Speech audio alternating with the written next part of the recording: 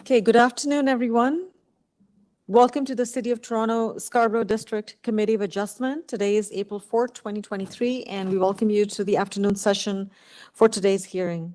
Due to COVID-19, Committee of Adjustment public hearings are being conducted virtually by electronic means through WebEx Webinar, which is an online digital platform, and it's streamed onto the Toronto City Planning YouTube channel. Participants who have registered in advance will be able to make their presentations to the committee using the WebEx webinar, which is being moderated by city staff. Anyone wishing to view the hearing may do so by watching it on YouTube. Participants who have registered in advance will be connecting with their computer, tablet, smartphone, or telephone and have the option of participating via video or audio only. All participants will automatically be muted upon entry. When your item is called, each participant will be unmuted by the moderator, one person at a time. We ask that you please mute your devices until you are called on to speak. Those participating by video appearance will be temporarily upgraded to panelist when your item is being held. During this time, your camera will be enabled. You will only be visible during your 5 minutes allotted speaking time. At all other times, your video will be disabled and you will be reinstated as an attendee. Committee of Adjustment staff will share presentations submitted in accordance with the written submission deadline. Members of the public and applicants are not allowed to use share screen or other panelist controls during a video appearance. The host will remove you from the panelist role if you fail to respect this instruction. We acknowledge the land we are meeting on is the traditional territory of many nations, including the Mississaugas of the Credit, the Anishinaabe, the Chippewa, the Haudenosaunee, and the Wendat peoples, and is now home to many diverse First Nations, Inuit, and Métis peoples. We also acknowledge that Toronto is covered by Treaty 13 with the Mississaugas of the Credit and the Williams Treaty signed with multiple Mississaugas and Chippewa bands. In accordance with Section 45 and 53 of the Planning Act 1990 as amended, this meeting of the Committee of Adjustment for the City of Toronto is now called to order. The Committee of Adjustment considers applications for variances from the provisions of the zoning bylaw that apply to a property, permissions to extend or alter lawful non-conforming uses, and consents to sever property to create new lots. Anyone in attendance today who wishes to receive a copy of the decision of the committee on an application must submit a written request for a decision by email. Please ensure that you include your name, address, and an email address because the Committee of Adjustment and Toronto Local Appeal Body, or the TLAB, will be sending notification and appeal updates by email. If you do not agree with the decision of the committee, you may be able to appeal the decision of the TLAB to the TLAB, or in some limited circumstances to the Ontario Land Tribunal or the OLT. However, the provincial government recently amended the Planning Act and generally removed rights of third parties to appeal Committee of Adjustment decisions. As of November 28, 2022, only the applicant, the Minister of Municipal Affairs and Housing, specified persons and public bodies, as those terms are defined in the Planning Act, are permitted to appeal decisions of the Committee of Adjustment. Appeal instructions are set out at the bottom of the decision of the committee. In terms of the hearing procedure, I will call each item as it's listed on the agenda in that order.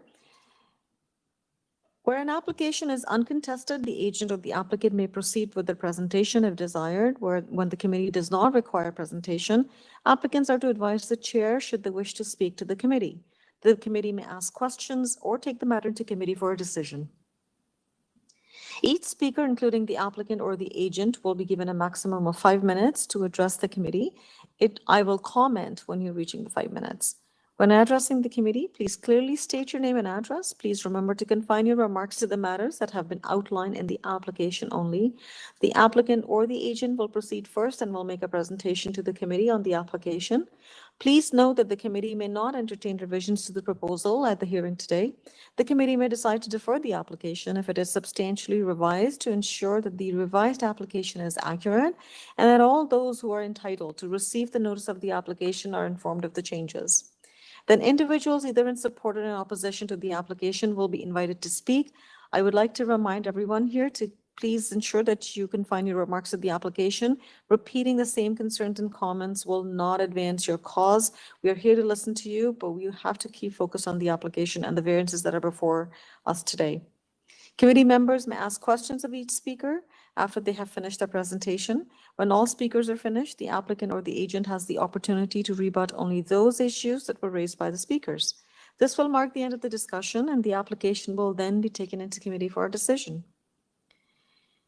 We are now in our afternoon session, and I would like to know if there are any declarations of interest of panel or staff for items that are listed in the time slot for the afternoon session, which are from items 21 to items 27. Are there any conflicts of interest? I see none. All right, so we are now going to move to the deferral request. Mr. Deputy Secretary Treasurer, are there any items for deferral? Through the chair, there is one item for the afternoon session. It's item number 27, consent and 2 minor variance applications for 1 Linton Avenue. Defer to the May 4th hearing due to improper notice given under the Planning Act. Okay, thank you. So this is item 27 for 1 Linton Avenue. Can we please have the agent John Carlos? Okay, John Carlos is not here. Committee members, you heard the request for deferral. Are there any questions or concerns for the request for deferral? I see none. If there are no concerns, can I please have a motion for deferral to April 4th hearing? Through the chair, May 4th hearing. Oh, my apologies, May 4th hearing. Member Said, go ahead, please. Thank you, Madam Chair. I put forward motion for deferral of item 27. It will be taken again in the next meeting. Okay, may I have a seconder? Member Igor? Thank you, Madam Chair. I'll second that motion for deferral. Thank you. And all in favor of the motion? And the motion is carried unanimously, and the application has been deferred to the May 4th hearing. Are there any further requests for deferral, Deputy Secretary Treasurer? Through the chair, there are none. Okay, thank you. So we can now begin to vet our agenda for the afternoon session. And I correct myself, these are items listed from item 21 to item 29. So starting with the first item, item 21, we have 2 neighbors who are listed as registered speakers. So item 21, which is for 29 SATOK Terrace, is being held for discussion as we have registered speakers. Item 22 is 41 Markham Road, and there are no registered speakers. Can we please have the applicant or the agent, Doug Norton? Okay, hello, Doug, you're with us?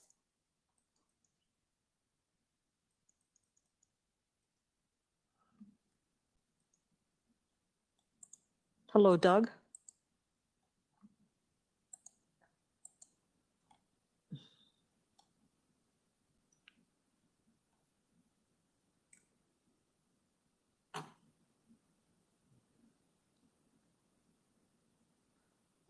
Through the chair, Doug, you are unmuted. Yeah, hi. Can you hear Hi, me? Doug. Yes, we can hear you. Thank you, Doug. Good. Okay, so we have your application for 41 Markham Road. It is a consent application. Do you have any, sorry, my apologies. It's a minor variance application Right. for 41 Markham Road. Do you have any comments at this time? We're vetting the agenda, so we may not need a presentation unless you wish to, or if you have any comments. Well, if there, I think I'll reserve my comments for questions from the committee, if I could. Sure. So committee members, do you have any questions or comments for Doug? I see none.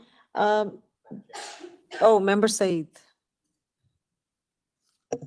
Thank you, Madam Chair. I have a question about the variance number 1, which is the front yard setback. And I see the applicant is trying to bring this house further closer toward the front property line, almost more than 10 or 11 feet. While looking at the street view, I see all of the houses are very much aligned as far as their front yard is concerned in the street. And this one, if this is the setback from the front yard, is going to be standing alone in that area. So unless I hear some good reasons or justifications from the applicant, please. Okay, yes, I can explain that. Let me see if, I think you have the architectural drawings We do. available. And if you look at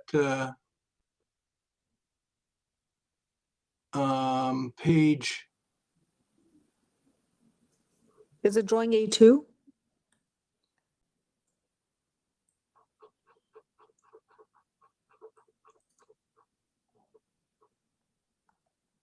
Yeah, A2 is the site plan.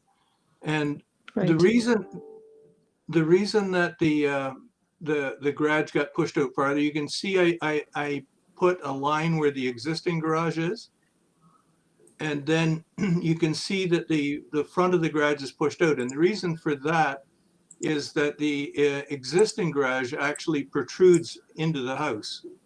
It isn't lined up with the actual front wall of the house. But in order for me to put a second bay and make it a 2-car garage, I have to build that in front of the house because there's no cutting into the house to match the garage to the left side would be really complicated or require quite a bit of structural change in the house, including where the furnace is located and so on. So that's the reason for pushing the front of the house out to that distance. So it's only for the portion of the garage, correct? It's Doug? just for the garage. Well, and the second story, because we're doing a second story over And- the garage. Correct. So for that portion of the building, for both the first and the second floor, that's where the reduced front yard setback is. Okay? Yeah. The rest of the building is in line with the adjacent sort of house setback. Yes, the existing house is remaining in line with the other house. Exactly as you see the little section of the survey there, the two houses are almost identical to each other, one beside the other. Okay. Does that help you, Member Said? Thank you, Madam Chair. Thanks. Okay, so that was Was helpful. that a satisfactory answer, sir? I don't see any follow-up questions, so I'm going to leave it at that. Yeah, it's a good explanation. At least you clarified your point because you are having 2 garages there, and part of that front is yes, and then the second story. Yes, but my question was, if I look at the whole street, I was actually in that street, and I see that all the houses, many of the houses, I would say, they are in the same line. They are very much blended. Don't you think that while making this kind of development and bringing it close to the front property line will make it a different kind of structure there and not a good precedent for the future developments? Well, I would agree, except that there's quite a few second 2-story houses on the street, and most of the houses on that street are very mature. I believe that you'll see further development that would be along the same lines as what we're doing here for other houses. And there were no objections from any of the neighbors. We had already talked to all the neighbors, and they were all pretty much in agreement with what we were doing. So it will look a little bit different than the other houses. I can't argue with that because it will be slightly different, but there still is a substantial setback. So over 6 meters. Okay. Appreciate that response. Thank you very much, Doug. Any further questions? If there are none, just want to check with you, Doug, for your application. There are 2 departments who have recommended conditions of approval. So Urban Forestry has a condition number 2, which I believe is a permit to obtaining a permit to injure a tree. And then the other one is a community planning report, whereby the recommendation is to tie it to the site plan should the committee approve it. Do you have any concerns or questions on those 2 conditions? No, none with the urban forestry requirement. Of course, we would do that. The second one, I'm a little bit fuzzy on. What does that mean? So basically, I'm going to read it, and perhaps staff can pull it up on the screen if possible. So community planning is recommended that should the Committee of Adjustment approve the requested variances, the following condition be imposed: that the owner shall build substantially in accordance with the site plan drawing number A2 prepared by Measurite dated February 7, 2023, and as generally illustrated on Figure 1 attached to the report. So essentially what it's saying is that if the committee approves it, that it'd be tied to the site plan drawing. Yeah, So well, that, I think I understand the intent that they don't want a surprise that we build something different than we've illustrated. And no, the intention is, absolutely. yeah, the intention is that these drawings have already been submitted to the building department as you see them. Right. So that's what the owner intends to build. And I think that's the intention of the community planning, because clearly, if you're requesting that front yard setback, it's only for a portion of the building at the front, as we just discussed, for the garage, not for the remainder. So the way the variance is, should that be granted, you can pretty much build right across, with that 6-meter front yard setback. But by tying it to the site plan, it limits you to that portion of the building only at 6 meters, while the rest of the building will remain at 9 meters or whatever the setback is. Yeah, so the appearance of the building, if you look at page A1, and then page A1 has a picture of what the existing building looks like. And page 2 is what the proposed building will look like. And you see that the building is not, except that for the fact that it's a second story, will not appear to be all that much different than existing. Correct. Yeah. So you're comfortable with attached, should the committee approve it, comfortable with it? Yes. Okay. Member Igor, you have a question? Okay. All right. So I don't see there are any further questions or comments, and I will like to request Member Igor to proceed with the motion. Thank you, Madam Chair. I propose a motion for approval of item 22 subject to urban forestry condition number 2 and tied to site plan as per community planning. Thank you, Igor. Seconder, Member Said, go ahead, please. Thank you, Madam Chair. I second the motion. Okay, and all in favor of this motion? The motion is carried, and Member McKay also seconds the motion. So the application has been carried and approved. Thank you. Thank you very much, Madam Chair and committee. Okay. We're going to item 23. Item 23 is 70 HAIG Avenue, and I note that there is a registered speaker on this application, so we will hold down. So item 23 for 17 HAIG Avenue is being held for further discussion. Item number 24, 2000 Brimley Road. Again, we have a list of registered speakers here, so we will hold down this item and come back.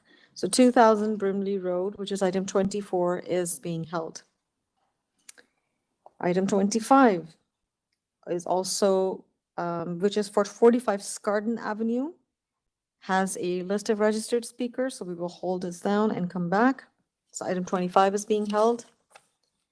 Item 26, there are no registered speakers, so we can proceed with item 26 at 97 South Edgeley Avenue. Can we please have Kyle Kadra, the agent? Hello, Kyle, are you with us? Yes, I'm here. I don't know if you can hear me. We can hear you, sir. So we have your application for consent at 97 South Edgeley Avenue. And I don't believe there is any associated minor variance application. So it is an application to create 2 lots. Yes, Madam Chair. It's a lapsed decision. Okay. All right. Any comments from committee or the applicant? We're okay with See the none? conditions, Madam Chair. Go ahead. Go ahead. We're okay with the conditions outlined by Metrolinx. I see. Okay. So it was an approval that was lapsed, and the applicant's working towards clearing of those conditions. If there are no questions or concerns, can I please have a motion? Member State, go ahead, please. Thank you, Madam Chair. As this was a lapsed consent, the conditions were not met within a year. With that background, Madam Chair, I put forward motion for approval of item 26, subject to the condition of engineering services as well as Metrolinx. Okay. May I have a seconder, please? Member Macaulay, please go ahead. I will second that motion, and I'm glad the applicant acknowledged that there's a new condition, Metrolinx added an easement requirement. Okay. All in favor of the motion? Thank you. Motion's carried unanimously and the application's approved. Thank you. Thank you very much. Bye. Item 28. Item 28 is 23 Thatcher Avenue, and there are no registered speakers. Can I please have the agent Imran Khan online? Hello, Imran, are you with us? Parkside Drive, Pickering, L1, V3, and 5. I'm the authorized agent from the client, from the owner. Yeah, thanks. In my opinion, all the three variances are very minor, and also we have previously approved minor variances in that neighborhood within 3 roads east. We have multiple examples more than these 3 minor variances. So I would say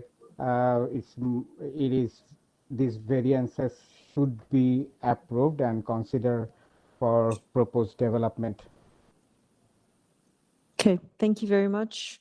I do note that this application was previously deferred on February 16 to identify the variances, so I'm assuming they're all accurate now. Are you aware of the condition from urban forestry? Yeah, we do. We have the Okay. actually tree permit application already done, the review, Okay. only waiting for this decision. Understood. Okay. Committee members, any questions? I see none. Okay. If there are no concerns or comments, can I please have a motion? This is for 23 Thatcher Avenue. Member Said, go ahead. Thank you, Madam Chair. I put forward motion for approval of this application. Item 28, subject to urban forestry condition number 3. Okay. May I have a seconder, please? Member McKay, please go ahead. I second that motion to approve. Thank you. And Member McKay seconds the motion. All in favor of this motion? The motion is carried unanimously and the application has been approved. Thank you. Thank you very much, Madam Chair and committee. 29, I note that there is a registered speaker on this application. So item 29, 135 Layton Avenue, there is a speaker who is registered to speak, so we will hold down this item. And that brings us to the end of the agenda. For the reading of the agenda for the afternoon, I will just quickly recap all the items that have been held. Starting from item 21, item 23, item 24, item 25, and item 29. Okay. So let's begin with the first item, item 21. It's 29 SATOK Terrace. 29 SATOK Terrace. Can we please have the agent, the architect, Victoria Swen? Hello, Victoria, are you with us? Yes, I am here. Can you hear me? Yes, we can hear you, Victoria. So we have your minor variance application for a construction for 3rd-story addition, and that is triggering 5 variances. Would you like to make a presentation or advise the committee, or do you want to proceed with the questions? Yes, I would like to make a brief presentation. Thank you, Madam Chair. Okay, so Victoria, you have 5 minutes. Please go ahead. Okay.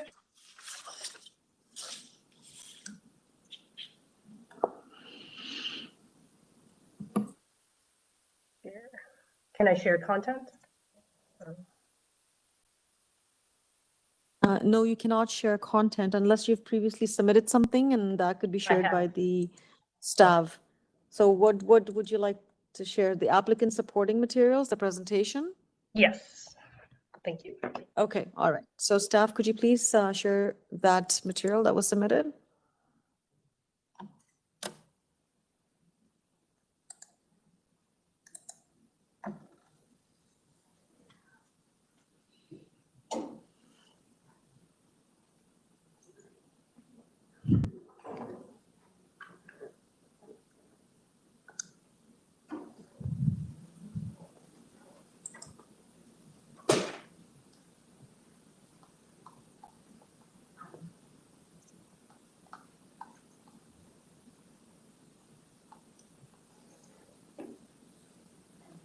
So just allow us some a few seconds. It's lagging today a bit, so it'll be popping up soon on the screen.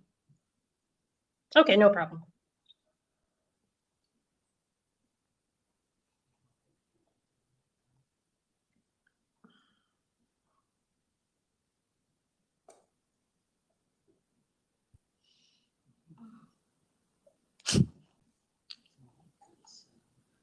Okay, can you see it on the screen now, Victoria?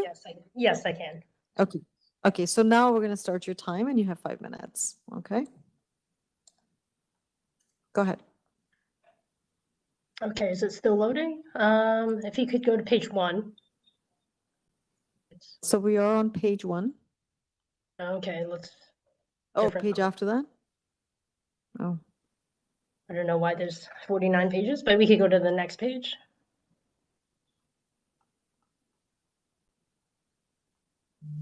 can you see the screen at all, Victoria? I can, yes, but Okay, it's kind of so not what's on going the on screen? this- Is that yeah. what you want, or do you want to go to the next slide? Next slide, please. Next slide, please. Oh, it's lagging.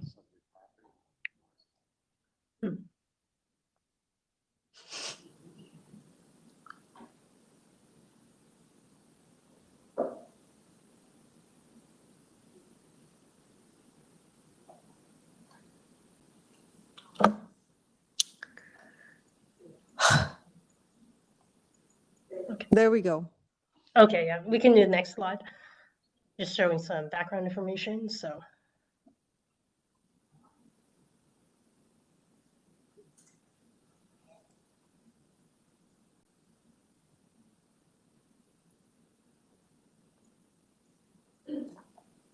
So the slide would be the site plan, so it's loading up. Okay.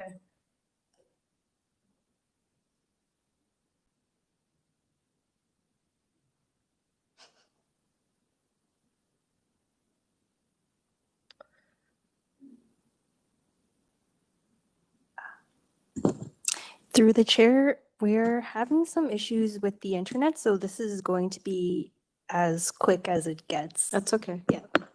Okay. I will try to condense my presentation to accommodate. That's okay. We will accommodate the time as well, so don't worry.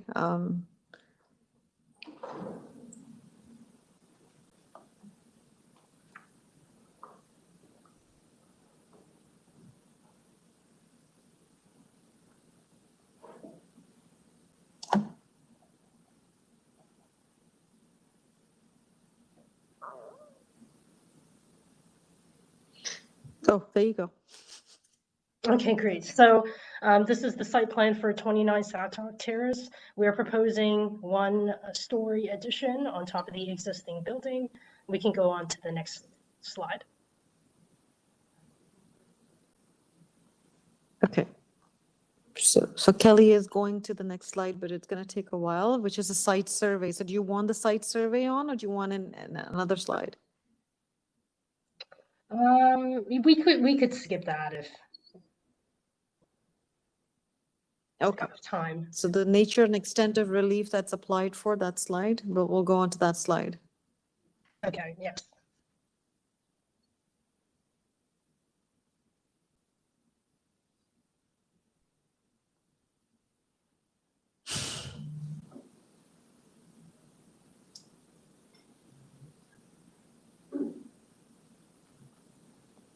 So maybe what you can do is, Victoria, you can start because all the panel members have the presentations on our screens. You can start and you just wait for this to load up on the screen. Sure, no problem. So to start, we are applying for renovation to add one story on the existing home. And we are applying for 5 variances. The first of which is the front yard setback, which is applying for 0.01 meters. We feel it is minor in nature due to the existing setback for the home. We are not changing anything existing, so that variance is just a result of what is there. The second variance that we're looking to apply for is the number of stories. And we will have a series of photos to kind of look at this in more detail. But based on the existing established grade, the existing home is actually considered a two-story dwelling. And as a result, building the additional story above would be considered a third story, even though we would consider this a raised bungalow type. But again, because of the way the definition of established grade and a basement, the lowest level is actually considered the first floor. So again, as a result, the existing home is considered a two-story dwelling, and adding that additional story would be considered the third story.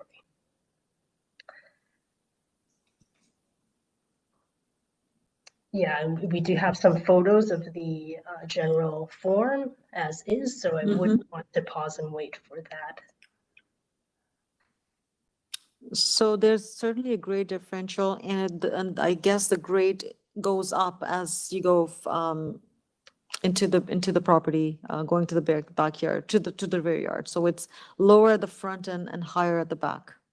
Exactly. So even the nature of the site, the established or the grade on the right side looking at the home is at a much higher elevation than on the left side. So as a result, the established grade is brought down much lower than even any other house on SATOK Terrace. So again, as a result, the lowest level is actually not considered a basement. It is by definition considered the first floor. Understood. Okay.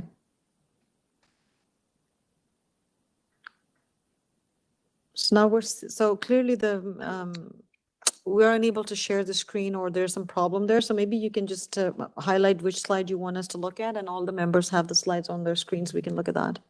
Okay, sure thing. So that would be slide 9. Slide number 9. You should see an elevation, a proposed elevation, and just a street view of 29 versus 27 SATOK Terrace. Okay. And just showing again that ground floor is actually a little bit more elevated, and you can see on 27 SATOK Terrace, the two sides of the elevation are much higher, and at 29 SATOK Terrace, we have one grade elevation much lower, and on the right side much higher. So the resultant established grade is considered lower. So it's kind of a unique aspect of the street that I want to kind of point out. Then looking at slide 10, there's just some photos of the property at grade. We would consider this a raised bungalow. Okay, so we're looking at a slide that shows windows at grade in the basement? Yes. Okay. Okay.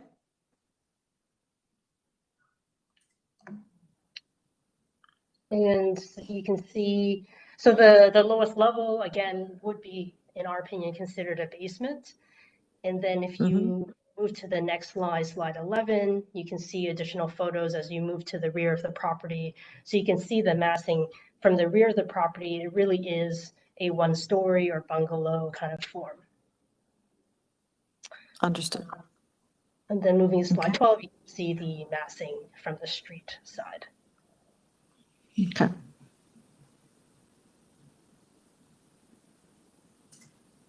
Okay, carry on. Okay, so then moving on to slide 13, just wanted to show a couple precedents for projects that have been approved for a similar variance. 25 Meadowvale Road, 117 Colonel Danforth Trail, and 212 Beech Grove, all within the neighborhood. They have applied for that third story in a similar manner. And they were approved as well. Slide 14, we're looking at the maximum height of the main walls, a variance of 0.6 meters. And we want to note that we are not applying for a variance on building height. It's simply the main walls due to the nature of the design of the roof. this is why we are applying for this variance. And slide 16, again, we want to show some precedents of projects that have been approved for something similar and have, for main walls. And then slide 17, again, some projects that have been approved for variances for building heights much greater, in the realm of 10 meters as well. All right. Slide 18, some additional examples on variances for building heights that have been approved. And slide 19, looking at the variance for floor space index, we're allowed a 0.5. We are applying for a 0.58 FSI. And we want to note that this variance is almost triggered as a result of that lower level considered as the first floor. As a result, the area of the basement essentially would need to be calculated as part of the FSI. So this is why we need to apply for this variance. Okay. So you may want to start wrapping up, Victoria. Okay, no problem. And 21 is looking at some examples of approved projects. They have actually been approved for 0.65 or 0.6. And slide 22, looking at the last variance is a platform, the variance of 4 meters to 12.4 meters. Again, we're trying to design a balcony that's a little bit larger, but trying to be respectful of the FSI as well. So this is just nature of the design. And we have some examples at the very end of approved variances. Okay. Thank you. All right. Thank you very much. I think that was very helpful, and we apologize for the issue with the connection there. So committee members, any questions for Victoria? Or if you have, maybe we can park for and come back. So thank you, Victoria. We're going to now move on to speaking with the neighbors. So Stephen Rose. Can we have Stephen Rose? Okay, thank you. Hi, can you hear me? Yes, we can hear you, sir. Please go ahead. I'm just concerned. I can't see any of these pictures that Victoria's showing. I seem to be the only neighbor concerned about this. I live slightly opposite. I would love to see these pictures of what's proposed. So were they on the agenda? They were on the agenda in the Application Information Center as well. So these have been made available to public through the AIC for a while now, I guess. I'm not sure when this was submitted, but yeah, it's been there for a few days. So I'm not sure if you had a chance to look at those on the AIC. I actually just got back from Antarctica this morning, so I will delve into them and try and find them and dig them up and have a look. Thank you. Okay, so yeah, so you can, okay, so you have, time to speak and let us know if we're concerned. So what is your concern with the application? Well, just concerned about the height. Everything on the street is one level, that side, and our side it's basically one level. And now we're going to have this taller house on SATOK Terrace.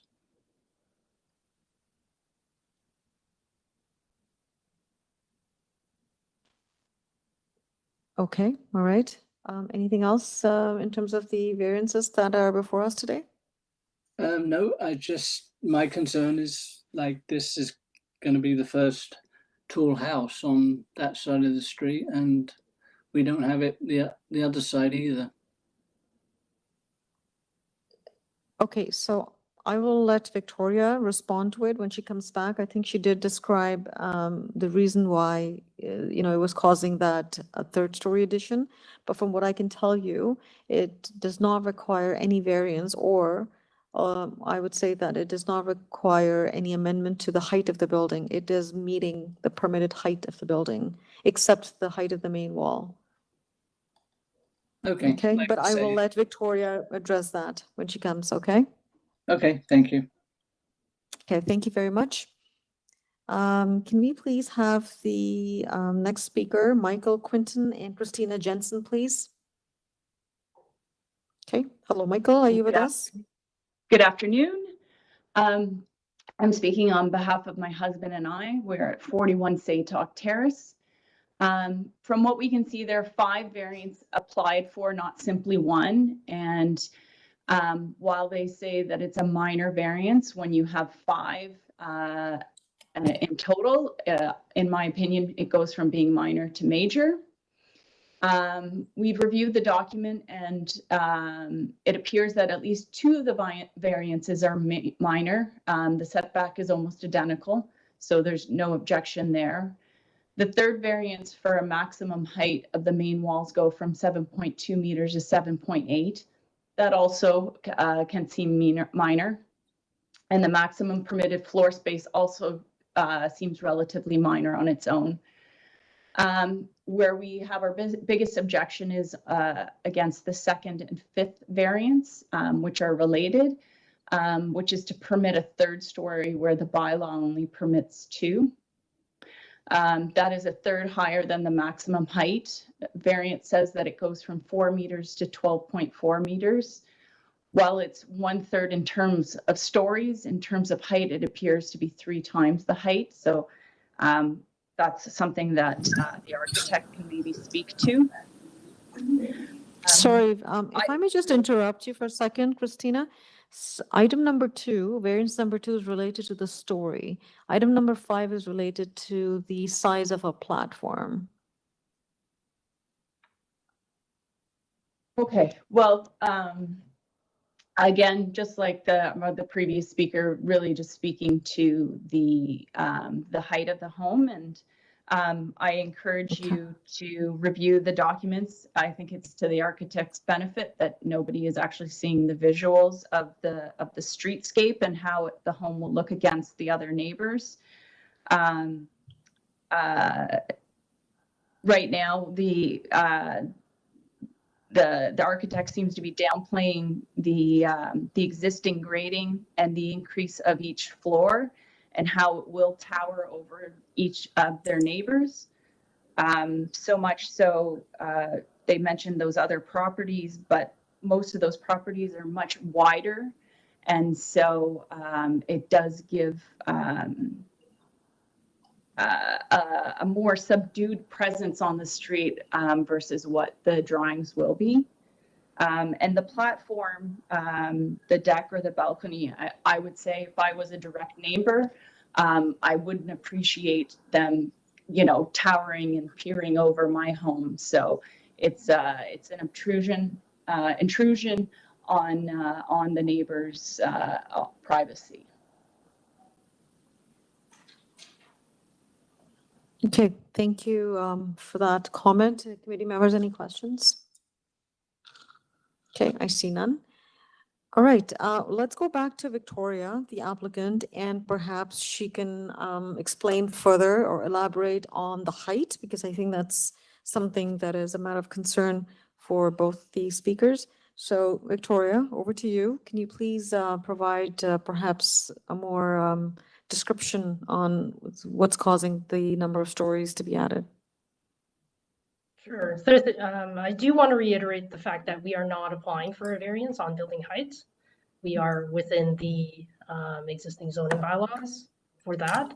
That being said, again, related to the number of stories, it is simply because the level of the garage, the lowest level, based on the established grade and the way that the ground is sloping, the lowest level is not considered a basement by definition and is considered the first floor. So many people, and I have read the letters, do believe that the home is considered a bungalow, but again, by city definition, it is a 2-story dwelling as existing.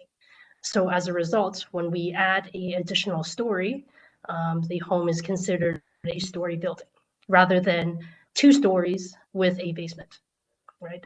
So I do want to clarify that item. And again, we are not applying for a building height variance. We are building something within the existing zoning bylaws.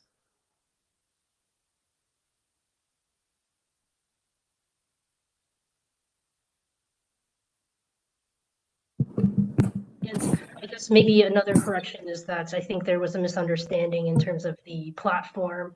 The variance we're applying for is a 4 square meter platform to a 12.4 meter platform, and that is on the front side facing the street, which is public already. So we don't believe that should be a concern when it comes to visibility because it is just facing the street.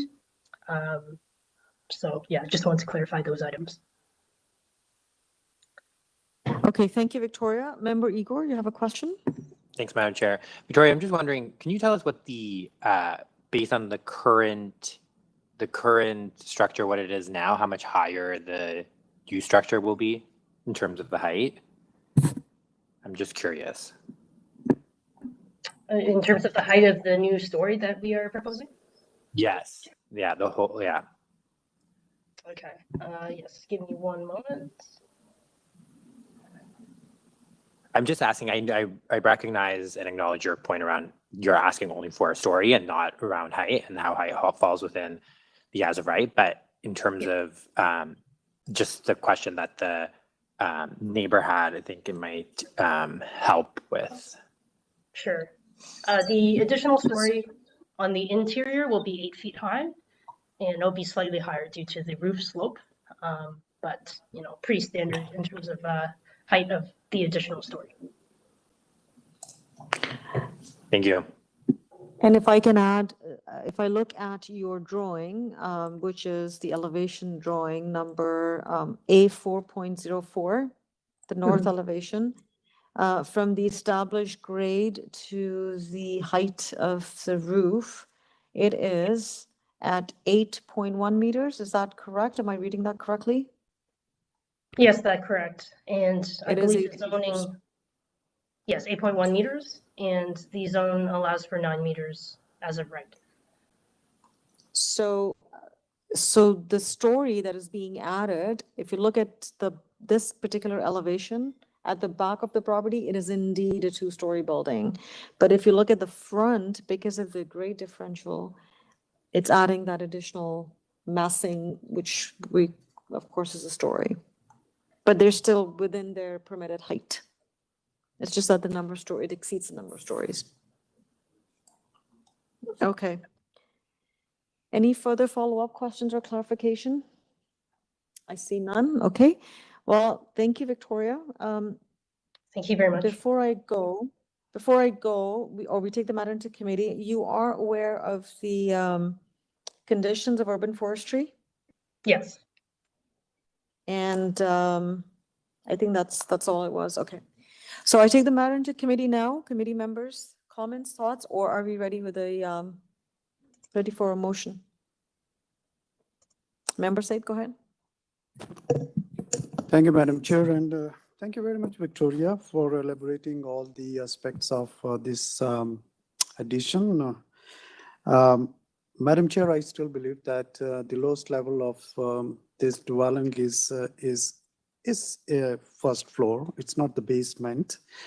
An addition of this further addition will be from the street view.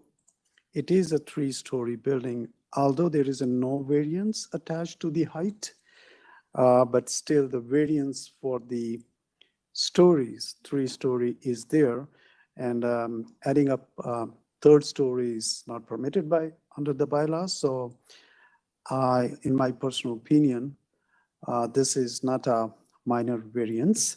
As we also heard about the other neighbors, it's going to be a taller building in the area.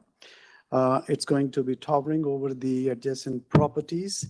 And as I said, like it's a 3rd story, which to me is not a minor variance. Can I ask for clarification as we're deliberating? Why do you think this would be taller than the other buildings? So right now, the buildings or the existing dwellings may not be, because these are older dwellings, right? This is older housing stock. So they may not be built to the 2-story or the permitted height as of today. But within the planned context of the street, there will be 2-story homes with the permitted height. So why do you think this is an exceedance of that?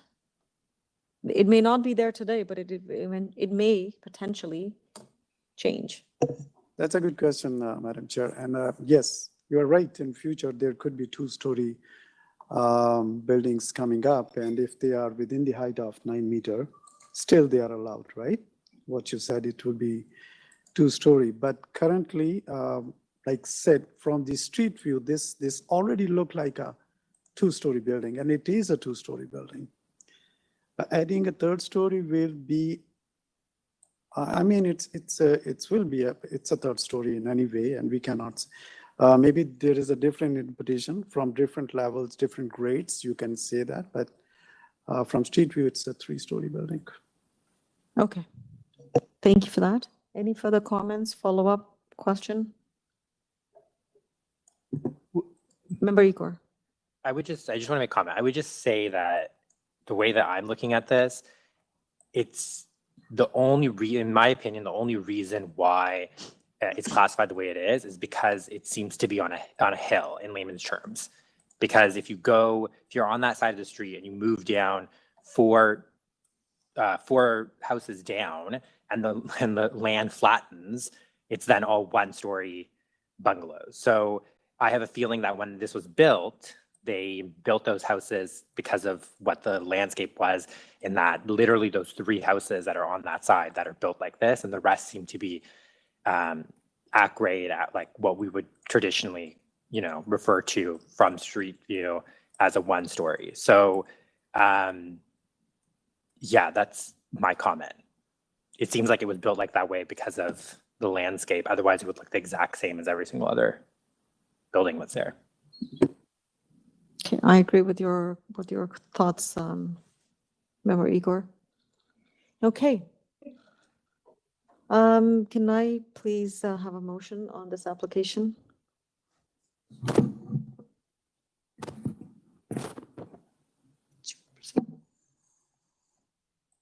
Sure, go ahead, Member Igor, you want to proceed?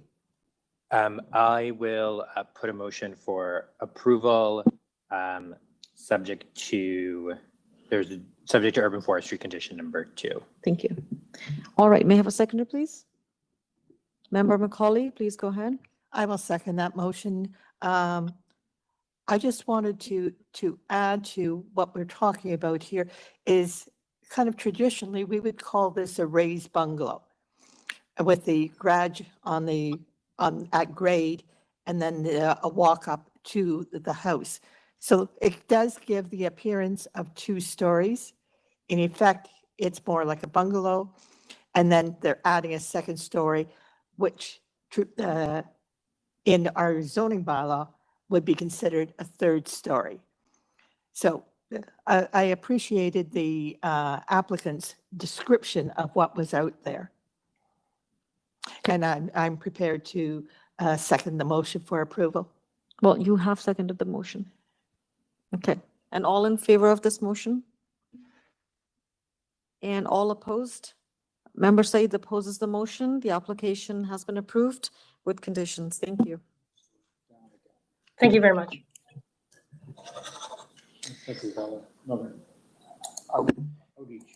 Okay, another outage? Okay, so you may have to disconnect, reconnect, and come back. We'll proceed until members can reconnect for those who have fallen off.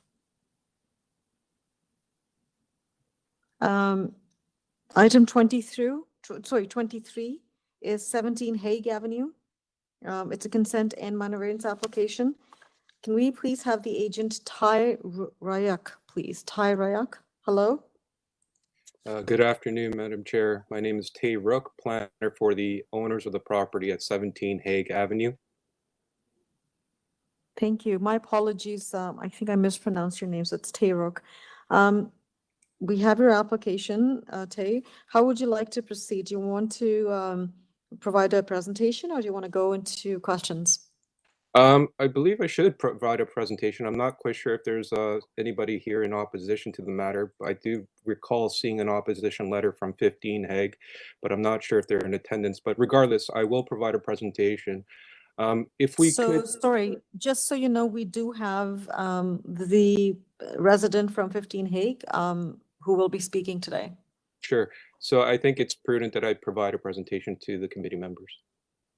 Okay, please go ahead, and you have 5 minutes. Sure. If there was presentation slides that I had provided to the committee, and I believe it's in the file, and I'm not sure if it's in front of you yet. But We have it in front of us.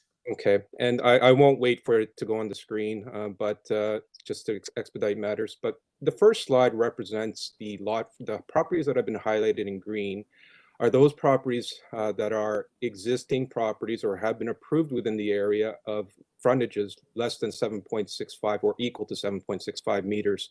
As the committee is aware, the proposal is to sever an existing lot into two properties having lot frontages of 7.62 meters, in addition to proposing two single detached 3-story dwellings on those two newly created lots. The subject side is highlighted in red, and what you find is along HAIG Avenue on the opposite side, which is the west side, and on the same side, which is the east side of HAIG, there's several properties, if not majority of the properties that are in the realm of 7.65 or less in terms of lot frontages. You also find that occurrence happening on Warden Avenue, which is the street to the east, along the west side of Warden Avenue, and even within the further blocks to the east along White Birch, Queens Grove, Hala, Viewbank. It's a bit of a different character in terms of lot frontages and lot area, but even within those areas, you have lot frontages that are very similar to what we're proposing today. If you go to the second slide, this slide represents the coverages that are existing within the area. The properties that have been highlighted in yellow are lot coverages that are greater than 40%. The proposal is seeking a lot coverage of 43%. And once again, you have a similar pattern of development, the existing context in which there are homes that are existing or have been approved within the area that are greater than 40%. And you find that on the immediate block and also within the greater surrounding neighborhood as well. The third slide is side yard setbacks in this area, especially within the overall area or neighborhood from a characteristic perspective could be described as a very tightly knit neighborhood. And it's more so evident on HAIG Avenue. And you find that those properties that have been highlighted in purple represent those properties that have side yard setbacks less or equal to 0.46 meters on both sides of the properties. Now, if you look even further and the reason I only highlighted those properties that have side yard setbacks at 0.46 is because that's the similar situation that would be resulting from this proposal. However, the overall context or overall character of this neighborhood is one in which where you have a side yard setback, at least on one side where 0.46 meters or less is characteristic and does not comply with the side yard setback requirements. Once again, if you go to the, this proposal reflects a two 3-story dwellings. And if you see in the elevations on page 6 of the presentation slides, it was a very cognizant effort made by the client and the architect to ensure that you're not creating two similar looking houses on these properties. And you'll note that architectural styles are different for both of these houses for the 17B and 17A, the two newly created lots. But what you also find in that elevation is the massing that's being proposed for these two properties is very similar to the adjacent properties on to the south and to the north. From a streetscape perspective, this property or this proposal will be consistent and will be characteristic and fit within the general context of the neighborhood from a both immediate and broader context. Just heading back to slide number 5, you have a site plan which shows how these houses will be deployed on the property. You'll note that I've circled a dimension on the left, which is the length of the dwelling at 13.23 meters. Now, this proposal has a variance related to FSI 1.07. However, the resulting GFA of these dwellings are approximately 2,400 square feet. It's a very modest proposal that's being considered or proposed on this properties. And from a building length perspective, the FSI doesn't necessarily reflect the size of the homes that's being proposed. You'll note that the building length is 13.23 whereas 17 meters can be permitted onto this proposal, on this property as of right. And so there was a very conscious effort made to ensure that we maintain a building length that would be sensitive to the adjacent properties, also to the rear of the properties as well.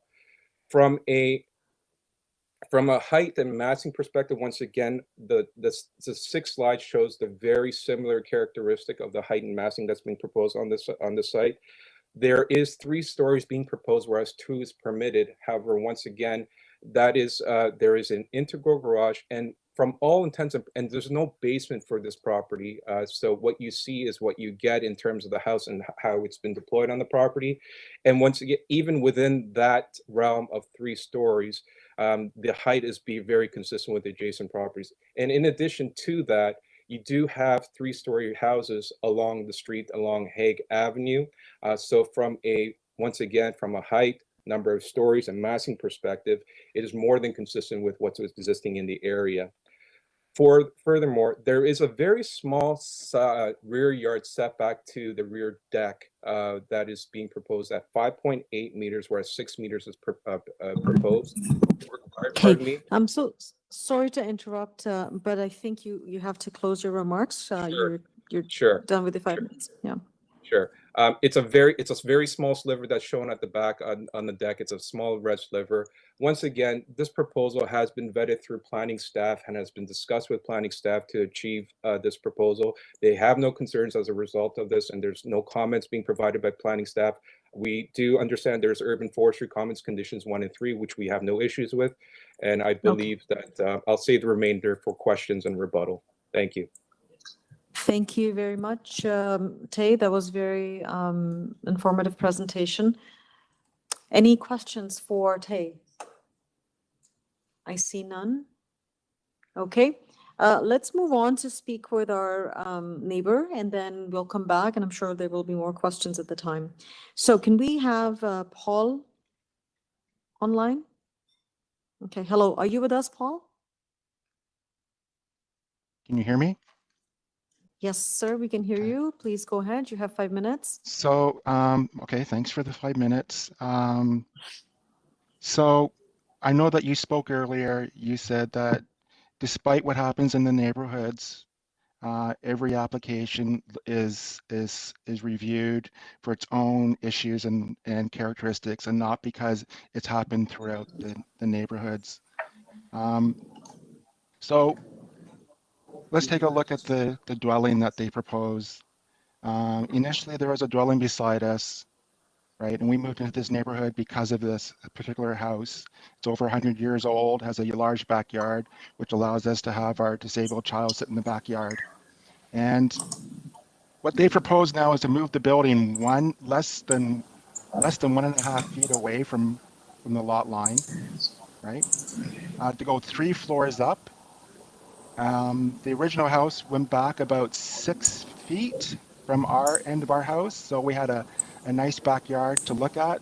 And what they're proposing is 3 floors of brick and material that goes more or less the entire backyard. So when we come into our backyard, we're looking at 3 solid floors of brick, 1.5 feet from our lot line. That's our view going forward. And where that ends, we'll have a deck that they propose, which will be higher than our fence. And so they'll be looking at, the neighbors will be looking into our house, into our backyard, like continuously. And for all the opportunities and changes that have happened in this neighborhood, that's not being proposed. There's no proposal where a 3-floor brick slate goes into someone's backyard and blocks their views. And blocks the look and the feel and the style of the house that was purchased. The other thing is that, so I don't think that you should be accepting something that significantly alters the house beside them, right? It alters our lifestyle. It alters the livability. It creates unnecessary density. And I'm not arguing about the fact that it's two lots. I'm arguing about the fact that it's completely blocked our opportunity to have a view and openness in the that is just not an acceptable approach to density. The other thing is that when they do the front, when they also do the house, the new house, we have windows that look on that now originally look on the side, you know, at about a 7-foot distance from the next house, and now it's going to be 1.5 feet. Exclamation. I don't think that's an intent. I don't think that's a proper intent of development.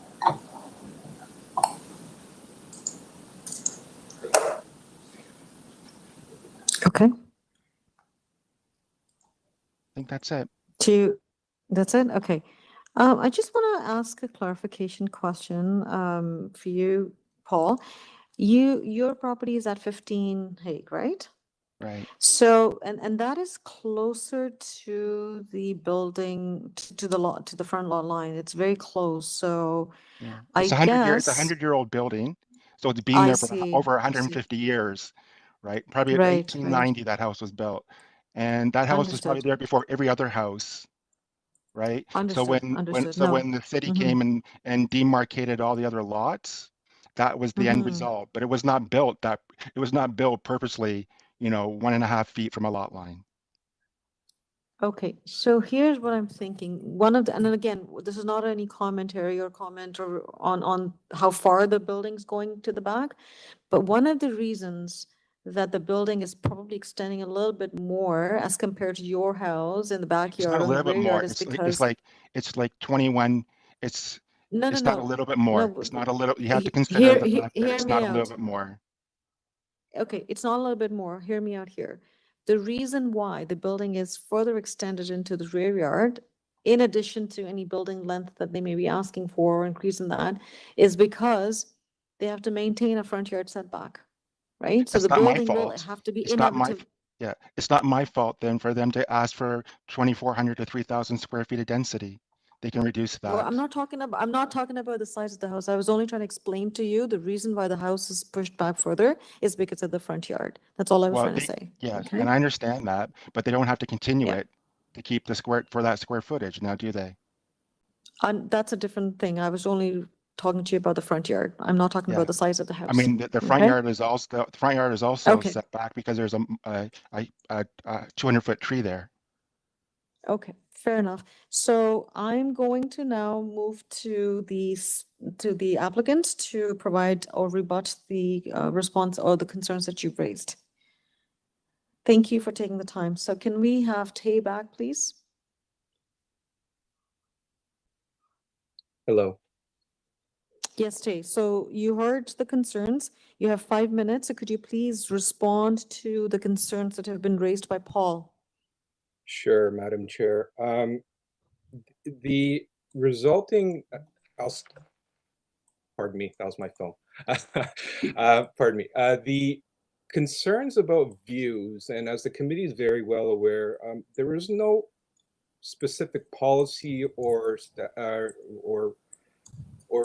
rules where that says that a person has a right to a view. However, with that being said, as I stated earlier, this is a bit of a unique situation, as the Madam Chair pointed out, whereas there's an existing building on 15, which is not technically all within the property line, and that's a circumstance of the fact that the building is old.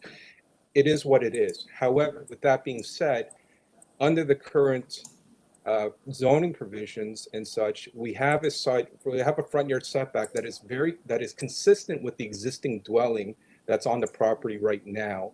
In addition to that, once again, we were very cognizant about ensuring that we didn't provide a building length that was excessive in any ways, because we did want to be as protective of concerns of privacies and views into the adjacent properties. You'll note that we did speak to neighbors in the area, and you'll note that there's 2 letters of support on file from 19 and 22, 21, and 22, pardon me, Haig Avenue, supporting the application.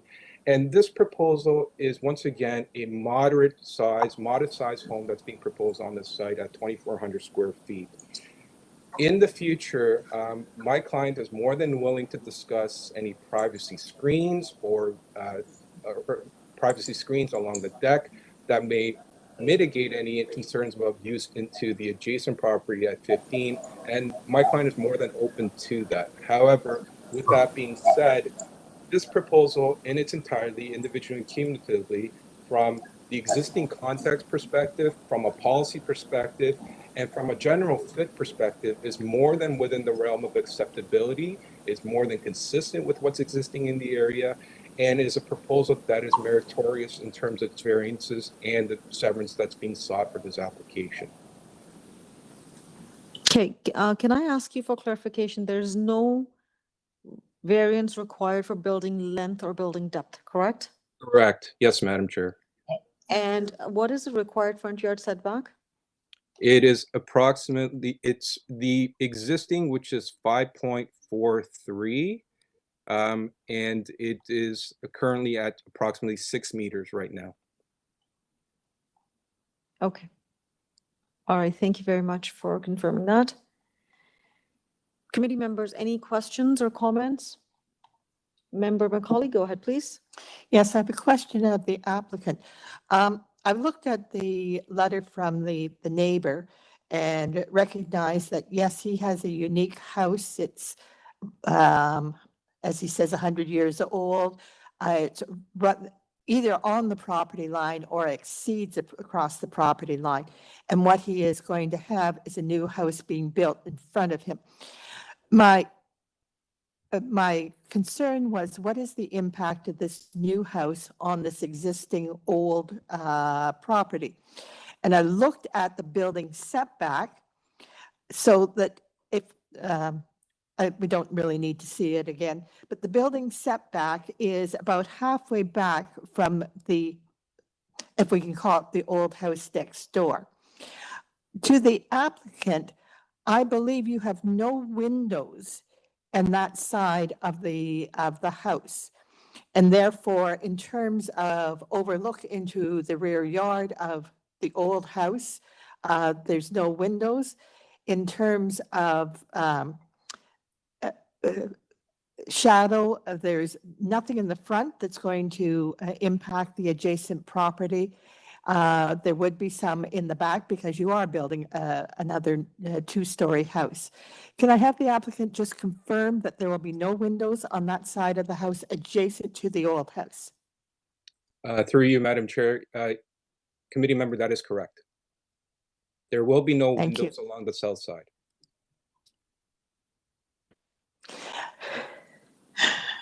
And Madam Chair, do we have a condition here that the building be built in accordance with the site plan that we have?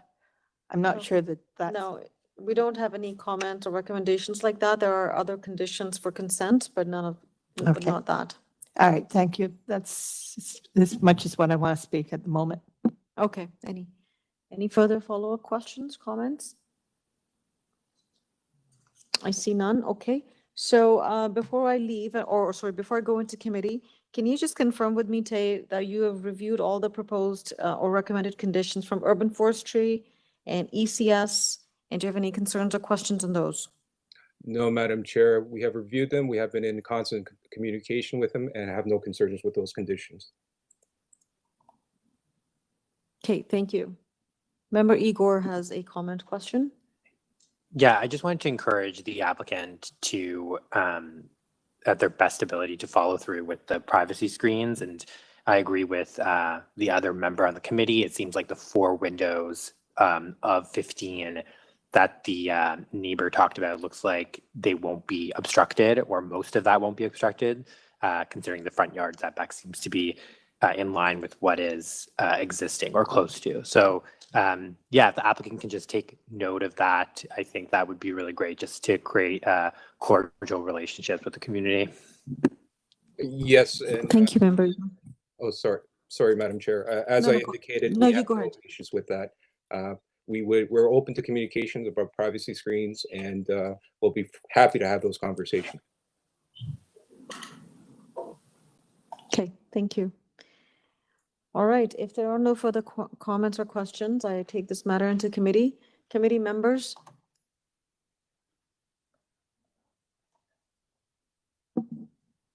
Member Macaulay, you have some comments? I think I finished all my comments. This is a consent application, so we need to consider the issues of consent as well as a variance application for the 2 new lots. I will propose that we deal with it all as one application. Yep.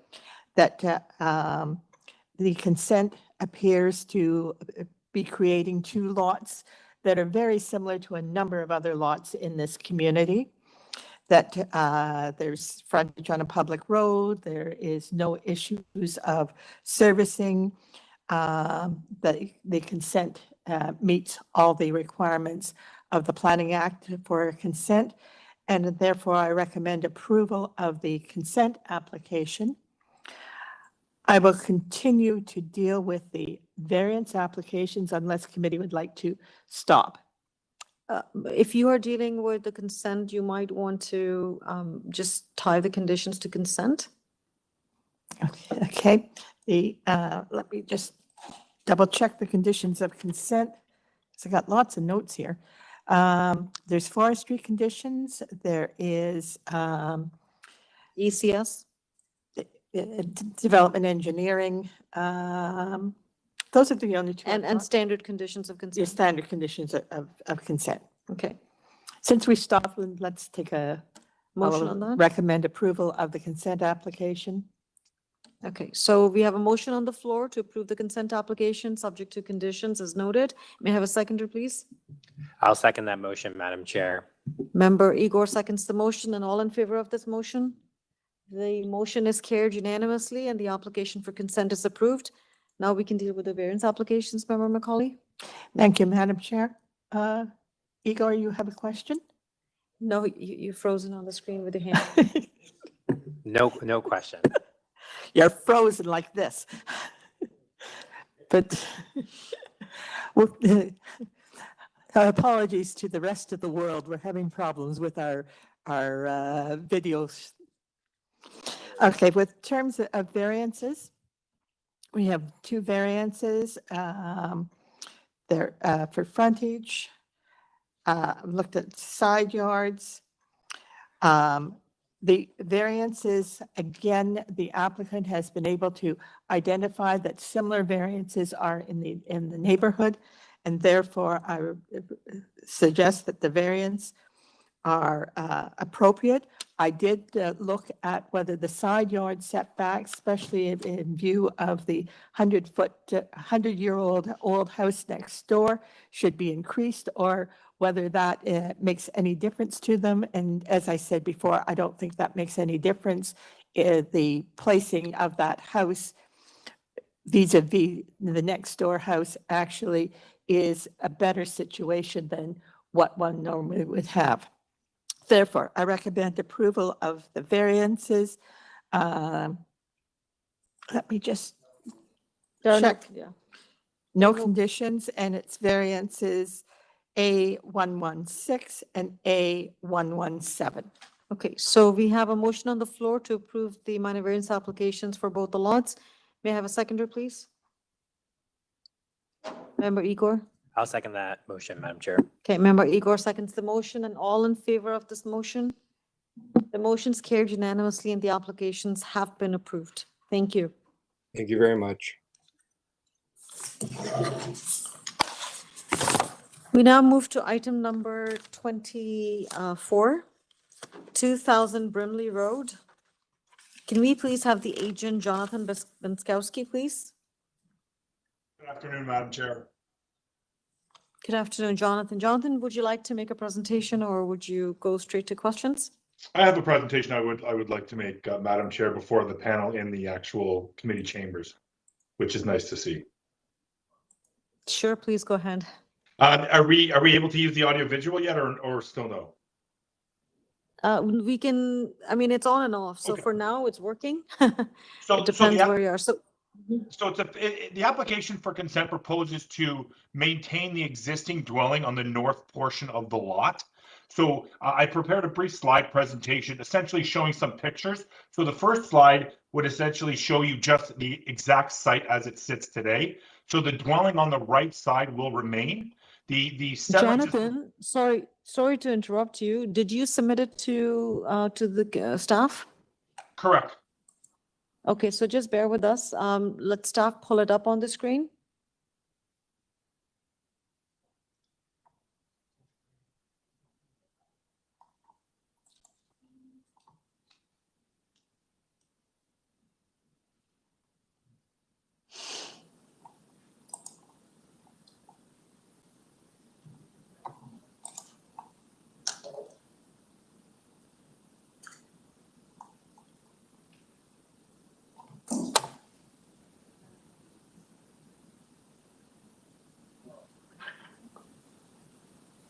Did we get it?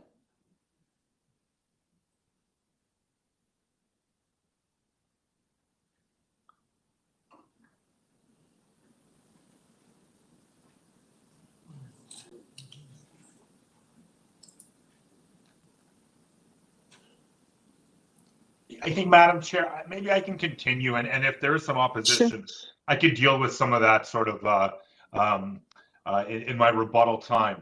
Well, the application proposes to maintain a dwelling on the north portion of the lot. The dwelling to the south is adjacent to a hydro substation. So it may look at first glance, the impact to the south is greater in terms of the building length and depth, but that is a hydro substation that nobody obviously lives in. The impact of any of the development to the dwelling to the north would be implied because that is the existing owner that is proposing to sever this. Also, if we were to look at the site plan, the existing dwelling to the north extends considerably further than the dwelling that is proposed to the south. The variances required for the dwelling to the north essentially are the as-built variances. The only new one created from the severance would be the FSI request. I've also included in my package some materials dealing with OP policy 4.1.5 that deals with development along major streets. This portion of Brimley is obviously considered a major street that has greater access to transit than the interior of the neighborhood would have. I have submitted those policies and I have highlighted the portions that would apply to this, where essentially lots fronting onto these major streets and the flanking lots of depths are often situated in geographic positions. I think we're getting it here. Here we go. Yes, perfect. So what I've done here is I've shown you the vacant lot to the south that is to be proposed to be redeveloped. We often don't get consent applications that propose to maintain the existing dwelling, and I think that's an important note in this application that is before. If we go to the next page, please, Kelly. Can we go to the next page, Kelly? Okay, Maybe it takes not. a while to load. Yes, so I think it's important to note that this is we are proposing to maintain the existing dwelling. The policies I included, again, go back to the neighborhood policies of 4.1.5 within the development criteria that speaks to these lot configurations are often different than those that are located on the interior of a neighborhood. This property particularly is essentially the 6th residential house from Shepherd Avenue East, which is located just off the screen to the north. This is an ideal, there we go. This is an ideal location for intensification. A letter of support has been submitted today from the councillor speaking to that. I've also included a TLAB decision that really addresses the crux of this application, where development on main streets is aimed to have a higher density and is encouraged to, and permitted to be different than those in the interior of the street. In terms of the variances that are proposed, again, I reviewed the ones on the existing dwelling that really is created only through the FSI. In terms of the impact from the new dwelling, from the new dwelling to the south, the only variance that is impacted from the street is one setback, which is to the south, which is that hydro substation.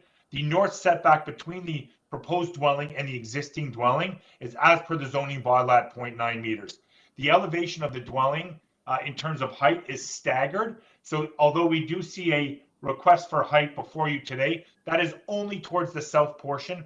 The predominant feature is a flat roof along the north that is slightly above the 7.2 meter requirement. Again, I'd be happy to answer any questions that you might have. Okay, thank you, Jonathan. So we had the presentation with us, the committee received it, and we've reviewed the materials, and Member Macaulay has a question. Thank you. There's a lot of material in this, and I wasn't able to find the variances. So Jonathan, for the, if approved, what variances are needed for the house to remain? I was looking at, do you have to have a side yard setback, or can that meet the side yard setback? And does it meet the overall FSI on the property for the existing Madam house? Chair, Ms. Macaulay, yes, we do meet the south side yard setback for the newly created lot line. The only request of a variance for the new dwelling is for the FSI, which is 0.58, where 0.5 is permitted. Okay, so that for the existing dwelling, if the consent is approved, there would be no variances. Is that correct?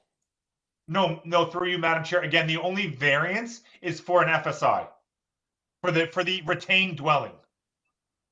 So on the notices, can you point to Member Macaulay, Jonathan, which public notice she should look at where it states that? A0195/22SC.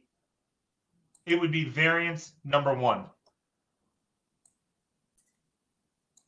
So go to 0195, application A0195, which is item 24B on the agenda, Member Macaulay?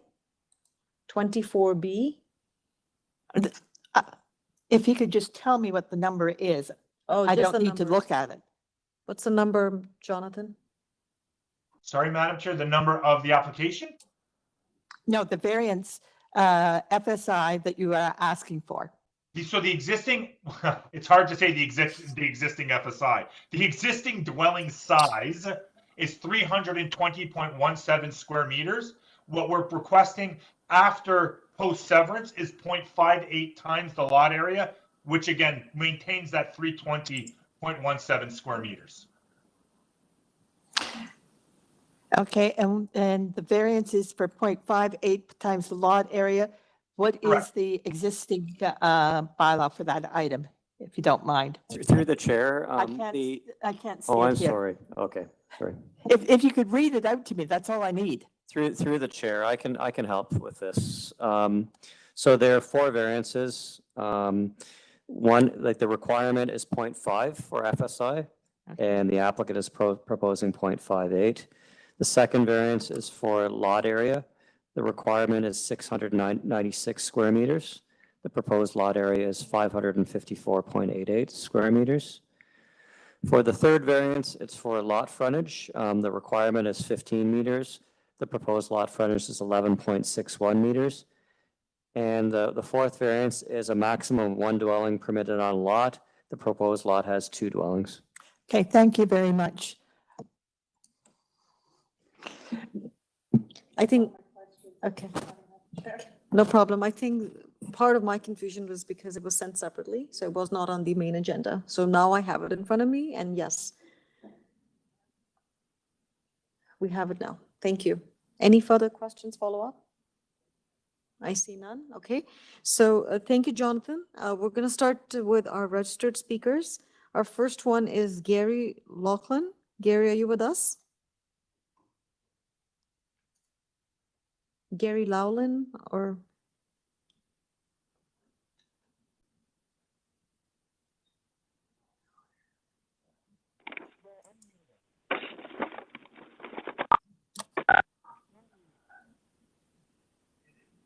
Hello, Gary.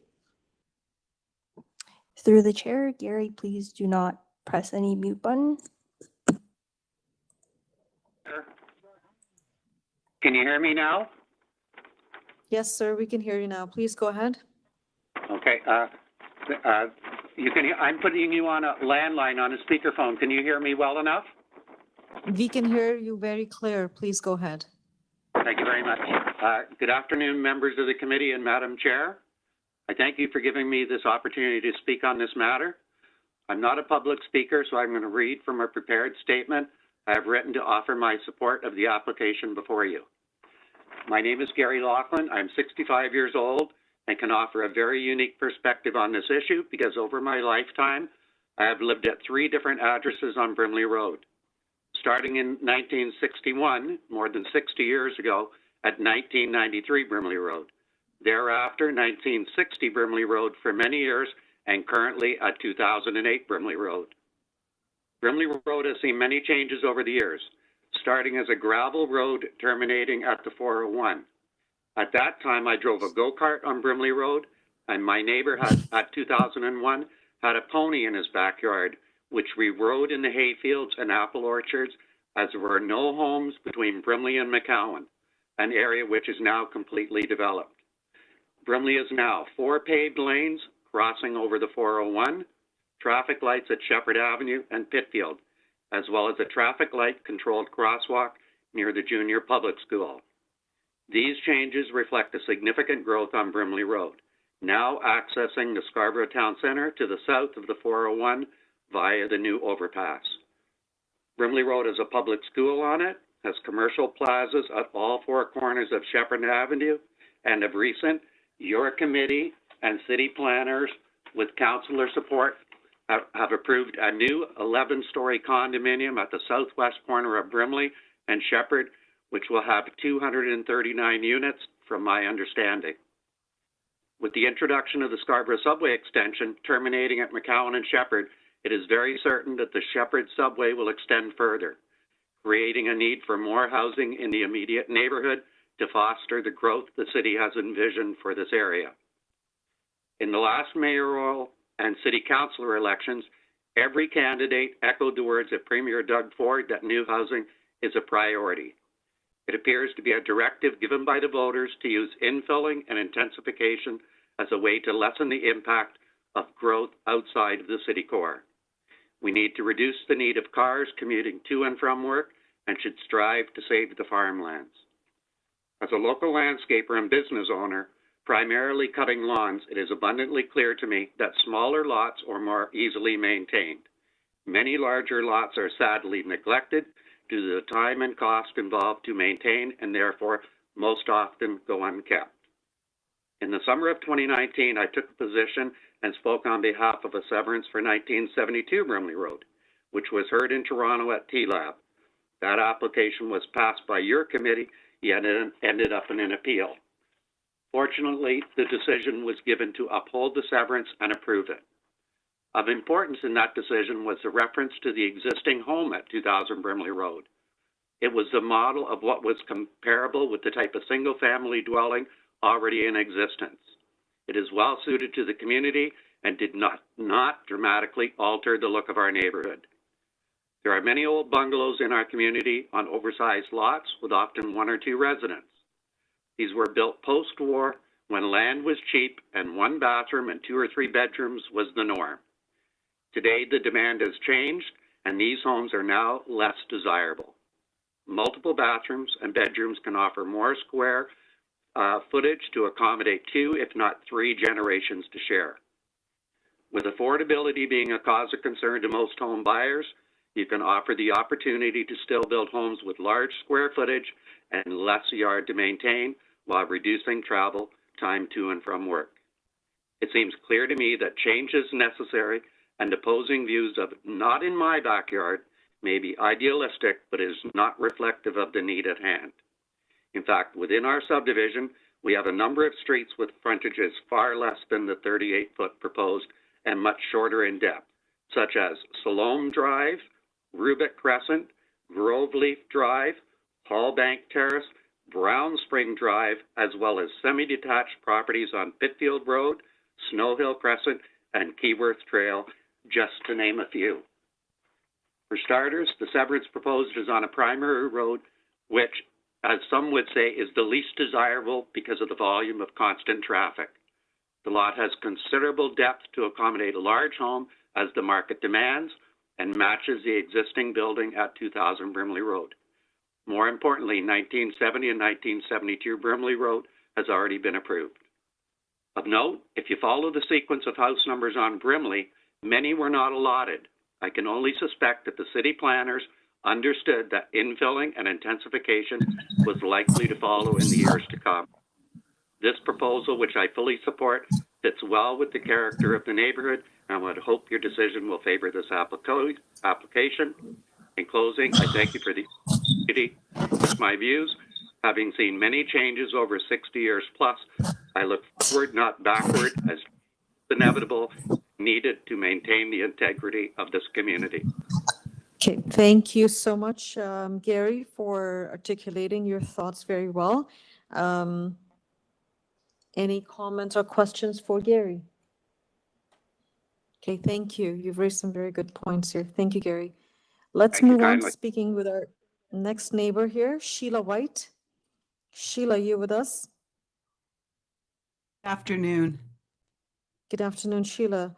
Sheila, you have 5 minutes. Please go on and let us know your thoughts on this application. Thank you, Madam Chair, and good afternoon to you all. I am Sheila White, 14 Murray Avenue. I was born in this community. I won't tell you how long ago. There are two ways I could view this application. There's self-interest and there's community interest. And from a self-interest point of view, I would be in favor of this because I own a property with 22.5 meters of frontage. Approval of severances could benefit me because maybe I could get that too, and my property would be more valuable, and that would be good for me. I'm sure some people feel that way about things. I know there are some in the community with property holdings and businesses very eager to see opportunities open up through the vehicle of severances. I'm on the side of community interest, which I believe is defined and informed by council, city planners, the zoning bylaws, and bodies like this committee and the land appeal body TLAB. What do they say? When it comes to the 6 original streets in this community, of which Brimley Road is one, Fulham, Murray, Garden Park, McDermott, and Pitfield the others, the community interest position is important. These 6 streets are rare and deserve to be maintained. And those were words used by the city's expert planning witness at the landmark severance hearing concerning 105 Pitfield. But note, planning staff were opposed to severance requests at 1972 Brimley and 105 Pitfield. 1972 Brimley got its severance approved at this committee and confirmed at TLAB. More recently, 105 Pitfield did not receive committee approval, nor at TLAB. After 1972 Brimley obtained TLAB approval, the next rare severance request to go to TLAB was 105 Pitfield Road. 62 residents participated in a hearing, usually 1 or 2 days. This one went for 4 days. In this instance, in a ruling from March 2022, TLAB agreed that a smaller frontage didn't blend and the application didn't meet the 4 tests of the official plan.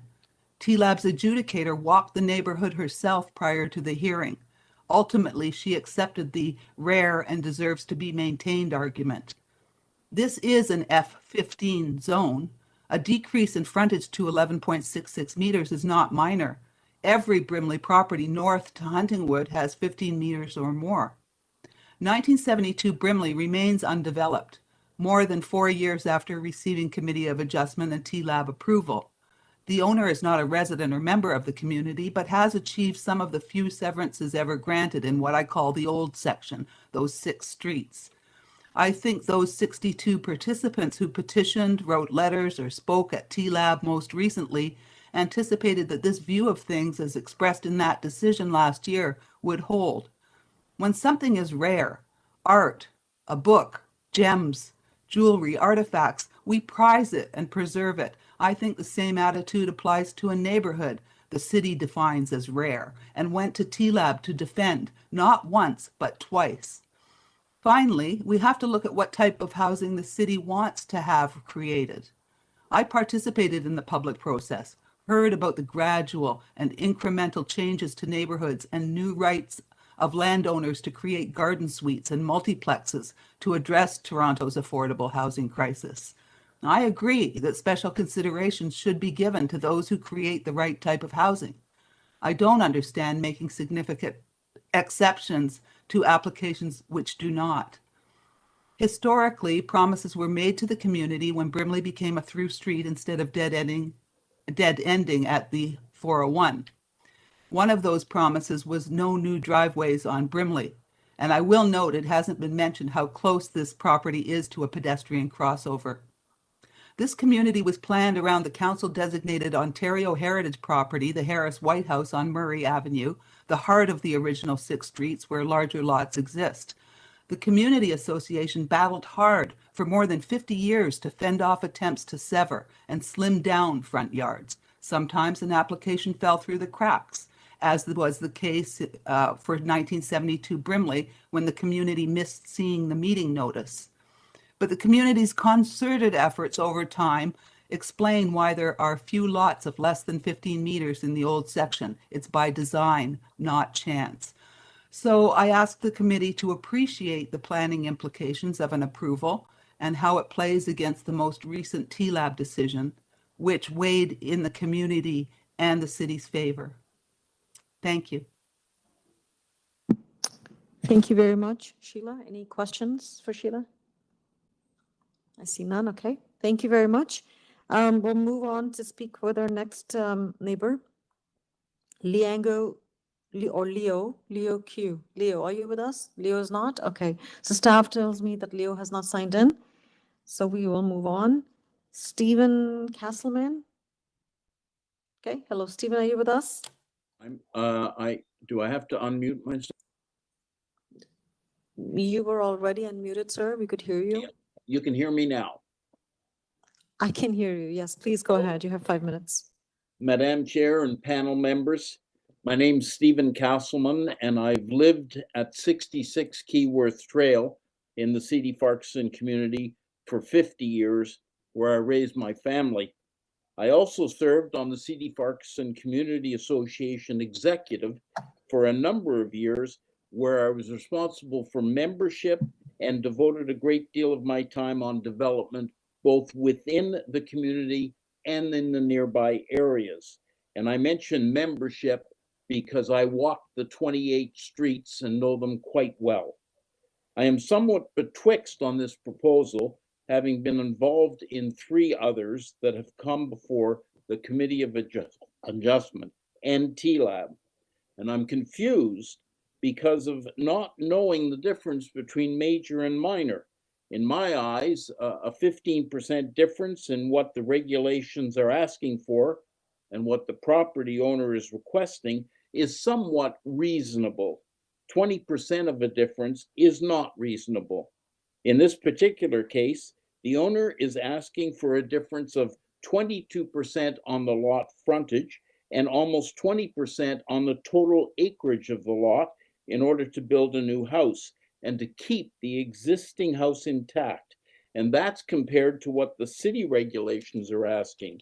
If we look at the particular block where 2000 Brimley is located, I'm talking streetscape, the average frontage is over 21 meters, which means the owners will now be building a second house with frontages that are 55% less than what the rest of the street looks like. There are some with frontages of over 24 meters, and of the 25 houses on that block, 15 of those lots have frontages over 22.5 meters. As far as lot acreage is concerned, City of Toronto asks for almost 700 square meters per lot to build a house. The proposal is for 2 lots with acreages of 560 meters. The average lot size for all the homes on this block is almost 1,100 square meters.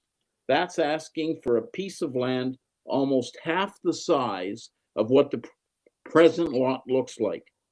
May I quote Frank Oates, a lawyer who specializes in severances, quote, "A proposed development which is not compatible with existing houses in the neighborhood with respect to size and side yards is detrimental to the streetscape and should not pass the test," end quote. The present item on the agenda asks for 9 variances for the south lot. Beside the 2 that I have discussed, there are 7 more that range from a 10% variance to the law up to 50% for roof projections. This is only one street.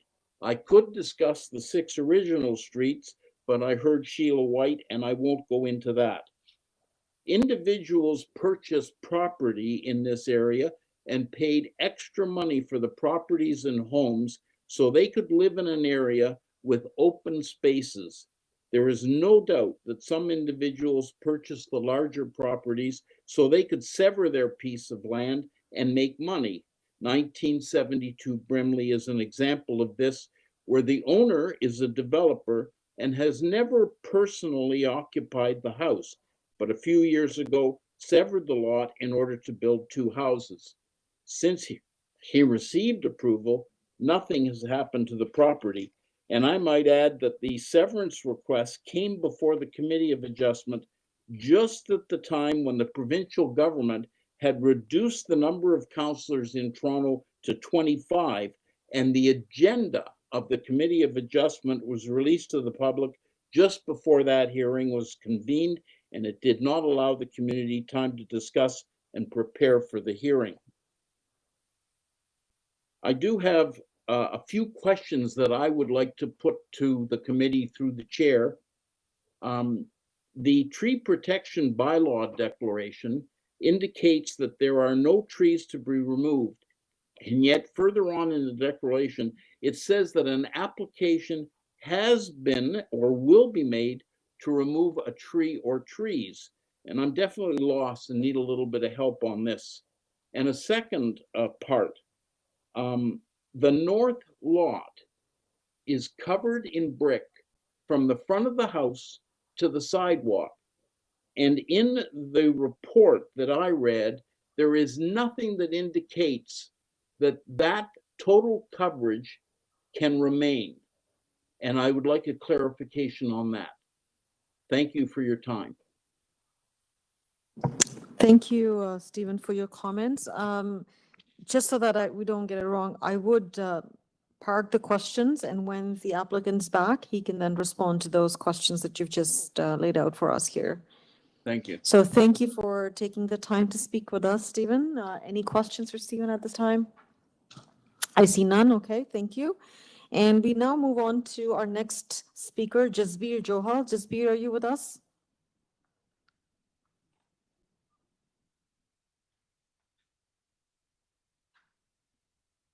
Good afternoon, Hello, Madam Chair. Can you Jasbir. hear me? Yes, we can hear you, sir. Go ahead. Okay. Good afternoon, Madam Chair and all members. My name is Jasbir Johal, and I'm here as a speaker on behalf of my parents' properties, which are located at 1970 and 1972 Brimley, which, as just mentioned by the previous 2 speakers, were created through consent. The land has been severed, but has not been developed due to personal reasons, which I will not disclose over a public meeting. But we do have intentions in the future to build. These severed lots are in line and very identical to what is being proposed on Brimley Road here. That decision was passed committee, then it was appealed and went to TLAB, and it was approved. I would like to mention that whether it be 1970 to Brimley severance, or was it the other one mentioned at 105 Pitfield, these applications went to TLAB before the New Homes Build Faster Act came. The rules were different, the requirements were different, and Planning Act requirements were different. Now, as we all know, more homes are needed. So our parents' properties are just a few doors south of the subject property. We support this consent and minor variances applications as it represents good planning. The creation of a new lot will help fulfill the shortage of homes that we're having. This will fulfill the need 1 home at a time. The proposed lots are exactly the same size lots as ours, which already exist on Brimley Road. Brimley is the artillery road, which has many different types of build form. There's a new high-rise coming just 2 or 3 doors north of the subject property. There's a school on Brimley Road. There are large lots on Brimley, and there are smaller lots on Brimley. This proposal fits well into the neighborhood, and we give our full support for this application. And thank you, Madam Chair, and all members for your time. Okay, thank you, Jasbir, for coming out and supporting the application. Any questions for Jasbir? See none. Okay, thank you very much. We now go back to Jonathan. Jonathan, you heard the concerns that were laid out by Gary and Sheila and Stephen. Sorry, Gary was in support. He was supporting the application. So between Sheila and Stephen, you heard some concerns. Could you please respond? And Stephen had questions around tree protection and your permit application. So could you please clarify that as well? Yeah, I'll start with the tree. I have my tree declaration by line, and maybe there was a little bit of confusion just how they're written. It says, have you already submitted an application to urban forestry to injure or destroy a protected tree? My answer to that is no. And then the next question, which is 5, says, will an application to the Committee of Adjustment be made? Or has an application to the Committee of Adjustment been made? I've answered yes.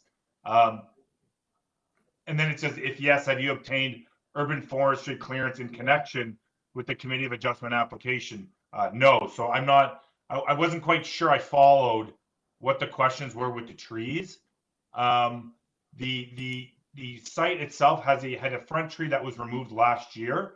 As we see from urban forestry's conditions, they have not raised any issues with the application itself, just the standard conditions of approval. Considerable, if we can maybe just go back to my support material I submitted, there was considerable mention of the streetscape being changed with the proposal. In my opinion, Brimley Road really has no relation to the interior of the more established residential neighborhood to the west behind it. Brimley Road is a major street. If we could just go to page 1, please, Kelly. The lots proposed have identical frontages of 11.61 meters. So in terms of the streetscape, what would change with the proposal would essentially be taking a vacant lot located on Brimley Road, again, a major street, mere steps away from Shepherd, and building a dwelling there that, albeit, yes, would be about 0.4 meters wider than the existing dwelling to the north. But in terms of the streetscape, you're actually filling in a vacant lot. Additionally, that streetscape already has this dwelling to the north on it, which again would match that built form of what is being proposed to the dwelling to the south. There was also some mention of the additional driveway. Again, transportation has provided no comments objecting to an additional driveway, nor the location of it being adjacent to a pedestrian walkway.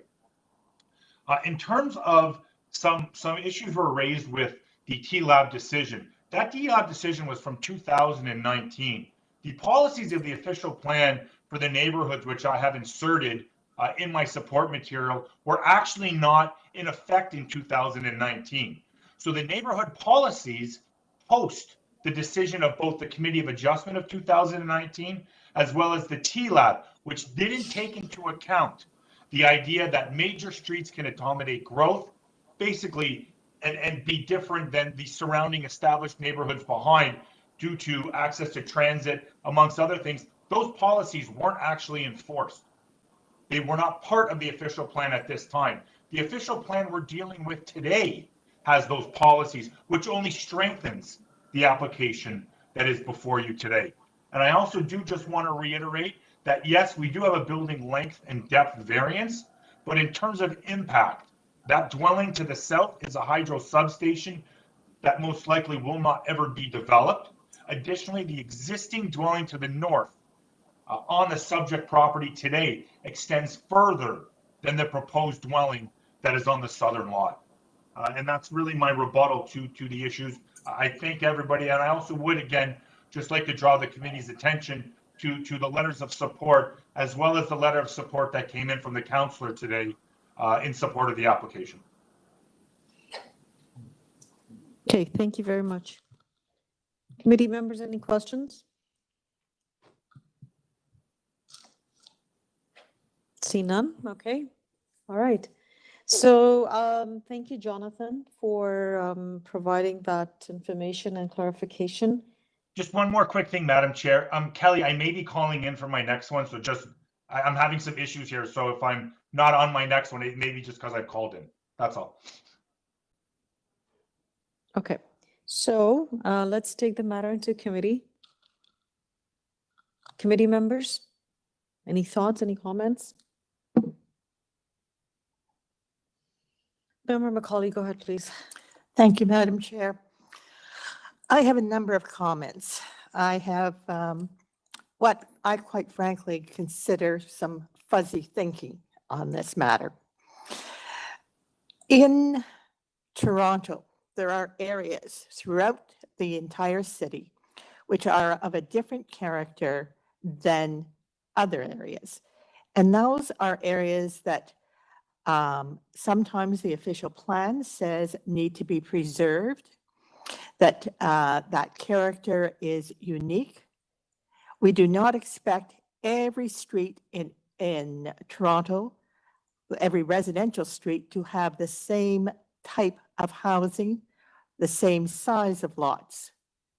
In this particular area, the lots are very large. They're we've already talked about the size of the lots. Lots on Brimley are exceedingly large. There has, in I believe 19 years, been one consent application, the one that they have referred to many times. And so really, I think as a member of the community, looking at what should be developed in this area, we have some need to preserve areas that are somewhat unique in Scarborough. This area in Brimley is unique. I can name a couple of other areas where the committee has looked at the lots and said, yes, those are areas that are similarly unique. The Cedar Vale Road is one of them. Some of the areas overlooking the bluffs are some of them, that the lots are larger than your standard new subdivision lot. But we don't want a municipality where every lot is homogeneous. I think we need to, in this case, preserve the large lot character of this. As I said, I've been looking at this and have given some thought to it. I'm also very carefully and closely watching what the province is saying for the need of additional lots and additional housing. In this case, Brimley is identified as an arterial road. And if it was identified as a standard arterial road of residential houses, it would be a prime candidate for the missing middle, for 3 or 4 houses to increase the density on that lot. That would require a look at the entire street frontage of Brimley, and really a study as to determine whether that is an area that needs 3 or 4 houses per lot versus maintaining that homogeneous character that we've had before. As I said, I'm somewhat conflicted here because I see that we need more housing. I'm not sure we need it everywhere. And I am very much sure that if we approve this application, we will have frustrated that opportunity to provide more housing on the street. We would also have frustrated the opportunity to maintain certain areas in the city with their own character and not be the same as everywhere else. So those are my comments, Madam Chair. Thank you for those thorough comments. Member Macaulay? Any thoughts, or are we ready with the motion? We can go with Member Said and then Member Igor. Thank you, Madam Chair. Just wanted to have a brief comments on that, and I will continue with member and comments on that. Also looking at the Brimley Street, yes, there are different size of lots are there, but looking at this particular address, close to 2000 Brimley Road, almost right half a kilometer area, I was looking, most of the lots are bigger in front and as well as the lot area is concerned. Although none of the speaker could give us a lot area studies on that, but still I believe majority of the houses close to this address, they are bigger in frontage and lot area, because this frontage is already deficient by 3.39 meter. And even the condition is most worst when the lot area has been reduced to 560 square meter, whereas the minimum required is 696, and it's make a difference of 136 square meters. And these are the minimum thing, like one of the speaker was mentioning, many of the lot size or the area is greater than 1100 square meters. So that's really make a point over here that should we consider severance of a lot, which subsequently creating a lot which is smaller, very smaller, both in frontage and as far as the lot size is concerned. Those are my comments, Madam Chair. Thank you, Member Igor. I mean, I was just going to say that it doesn't seem like there's, in my opinion, any consistency to the homes on this stretch of Brimley. They, from my point of view, from the street view, they all seem different. Either there's some massive, huge houses that I would characterize as mansions, perhaps, and then there's ones that are very small. Looks like they've been built decades and decades ago. In terms of lot sizes, just from looking from an aerial view, again, it seems like there's some that are different. 964 and 960 Brimley look like they're two new builds that have been split, it looks like. I just can't see from street view what they look like, so they're just a couple of households down. So anyways, my comment is that it just seems like there's ample examples of different types of variations.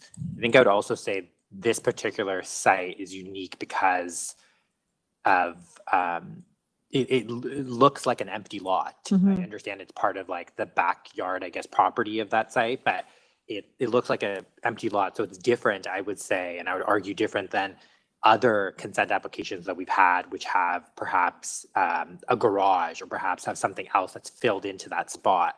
And then that's being torn down and two houses are being built. This is looks strictly like an empty piece of land that looks like it serves no purpose, quote unquote, in my opinion. But anyways, so in terms of development or infill, it seems like it's perhaps one could argue that it's like perfectly slated for infill in some way. That's what I'll say. Okay, thank you. And if I can just add to Member Igor's comments, I think it is an underutilization of a property. All that effective, it being vacant is actually because the site's not being utilized to its fullest. So one can actually go and build a mansion or a monster home as well if one was to tear it down and build.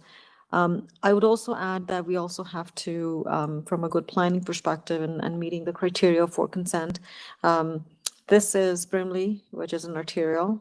It is a transit corridor, and it requires that one of the things is density within reason that can help achieve that, that intensification criteria or more housing, more choices. With transit being on the transit corridor actually helps that. And supports that argument of intensification as well. I do understand your comments, Member Macaulay, about preserving character of certain areas and uniqueness, but I think Member Igor has rightfully pointed out that it is an eclectic mix in this corridor, ranging from massive lots to even smaller lots, or if you go further, I would say east on this, there's even smaller lots here. Sorry, south, there are even smaller lots here. So I think it has, this property has the, perfect ingredients for intensification or sort of an infill opportunity there. So those are my 2 cents.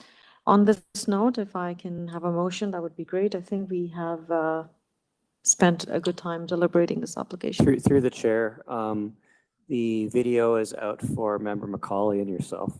Okay. So when you're doing the motions. I did see that pop up, so I will try to connect again, And I would request Member Macaulay to do so as well, but we will continue with the discussion. So at this point, I'm going to look for a motion. Who is prepared to put forward a motion? And we can deal with both the consent and variances together. Member Igor, please go ahead. Thank you, Madam Chair. I'll put forward a motion of approval for item 24. How do we do this, Madam Chair? So we could deal with item 24, and then you can deal with the consent because there are associated conditions for that, and then you can do the variances. So should I do the consent? Yes, please. Okay, motion to approve the consent application for 2000 Brimley Road, subject to Conditions from urban forestry and engineering services and standard conditions of consent. Okay, so we have a motion on the floor to approve the consent application subject to conditions. May I have a seconder, please? I do not see the screen here in front, so I'm going to call out second. I'll second that motion for Okay. approval, Madam Chair. Member McKay seconds the motion. All in favor of this motion? So myself, Member Igor, and Member Gary are in favor of this motion. And who's not in favor of this motion? Member Macaulay and Member Said, not in favor of this motion, but the motion's carried and the application for consent has been approved. Thank you. Member Igor, do you want to put forward motions for variance applications? Yeah, thank you, Madam Chair. So I'll put forward a motion for approval of variances for 2000 Brimley Road, subject to our condition, or There will be no conditions. no conditions. Okay.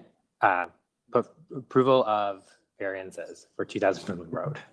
Okay. May I have a seconder, please? So we have a motion on the floor to approve the associated variance applications. I'm looking for a seconder. Yes, Madam Chair. I'll second that motion to approve those. Okay, thank you. Member Gary seconds the motion. All in favor of this motion? So I am in favor of this motion. All opposing the motion, Member Said and Member Macaulay oppose the motion. For the record, Member Samardzic, Igor was in support. He was the one who put forward the motion. My apologies. So Member Igor put forward the motion, Member Gary seconded the motion. I was in favor of the motion. Member Said and Member Macaulay were in opposition to the motion. However, the motion's carried and the applications have been approved. Thank you. Thank you. Okay, we'll give a couple of minutes for everyone to connect, please, because this is causing me a lot of confusion here.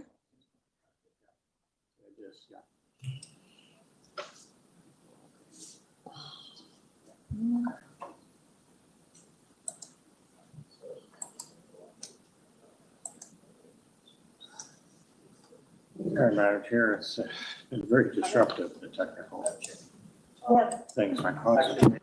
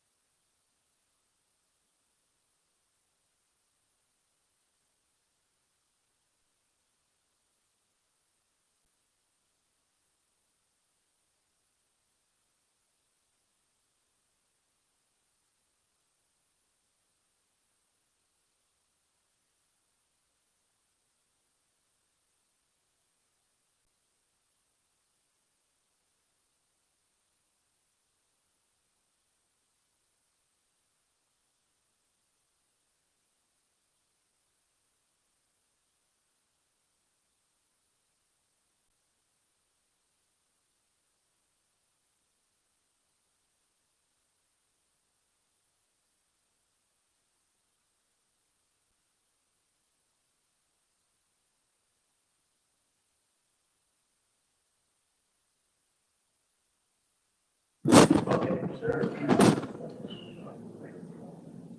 know.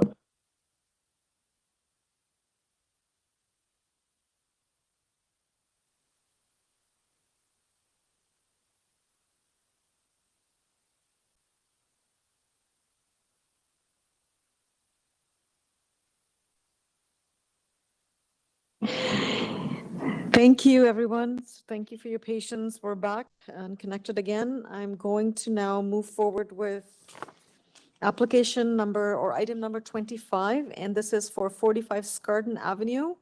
And can we please have Chris Pereira, the agent? Hello, Chris, are you with us?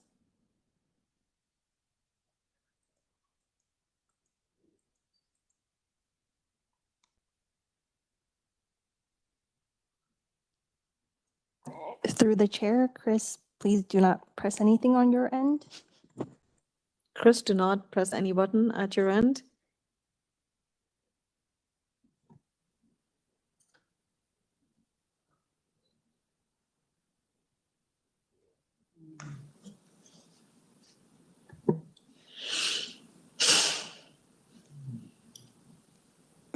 Through the chair, my apologies, my internet just dropped. Okay, Chris, are you with us? Good afternoon, Madam Chair. I am here. Perfect. Thank you, Chris. Chris, how would you like to proceed with your application? Would you like to present or do you want to go straight to questions? Has anybody kind of registered to speak to this item? Yes, Chris, we have 4 registered speakers today. Okay. I would like to take the opportunity to provide my presentation to council. I will be brief.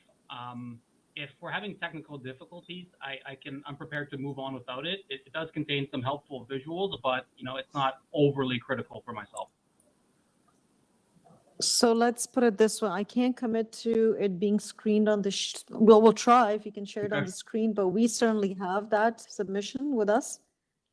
Okay, perfect. So I'll just go through it and, hopefully the technology can not fail us. Okay.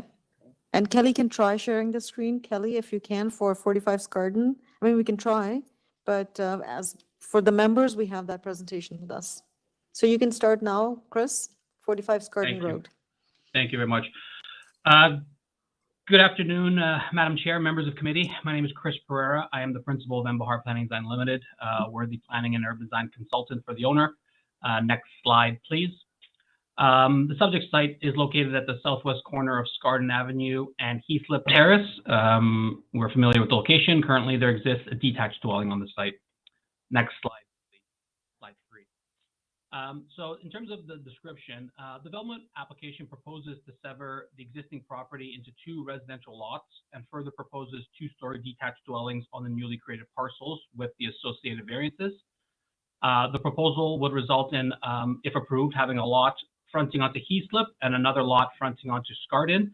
This is mimicking the condition across the street at 47 Scardon and 107 Heathcliff Terrace. And it'll be a little image in the top right corner if it does get shared, showing how the lots are proposed to be configured in relation to what is going on across the street. On the next slide, I wanted to do a very brief kind of description of the area just to take committee through what's going on in the area, specifically around Heathcliff Terrace and Scardon, the focus of our area. So the existing area is predominantly characterized by 1- and 2-story residential detached and semi-detached dwellings on a variety of lot sizes and orientation. The existing built form fabric contains lots that have similar lot frontages and areas to those being proposed by this application. There are several examples along Scardon Avenue and Heathcliff Terrace that already exist either equal to or less than, in some instances, what is before the committee today. Very quickly, there are some examples along Heathcliff Terrace, as I had mentioned, specifically 47 Scardon Avenue and 107 Heathcliff Terrace have lot areas around 510 square meters. Moving on to slide 5, we get into 46 and 48 Heathcliff Terrace. They have frontages of around 9 meters and lot areas ranging from 340 to about 350 square meters. And again, on slide 6, we have another example of this time of a detached dwelling along Heathcliff Terrace, and those frontages range from 9.3 to about 9.6 meters based on our measurements, and lot areas between about 340 square meters to about 350 square meters. Lastly, on slide number 7, I wanted to just highlight a final example which shows single detached dwellings along Heathcliff Terrace, ranging from about 9 meters in frontage to smaller lots, about 270 square meters in size. So these examples all highlight the existence of an eclectic mix of housing in this area on different sized lots, not only on the street, but within Heathcliff Terrace as well.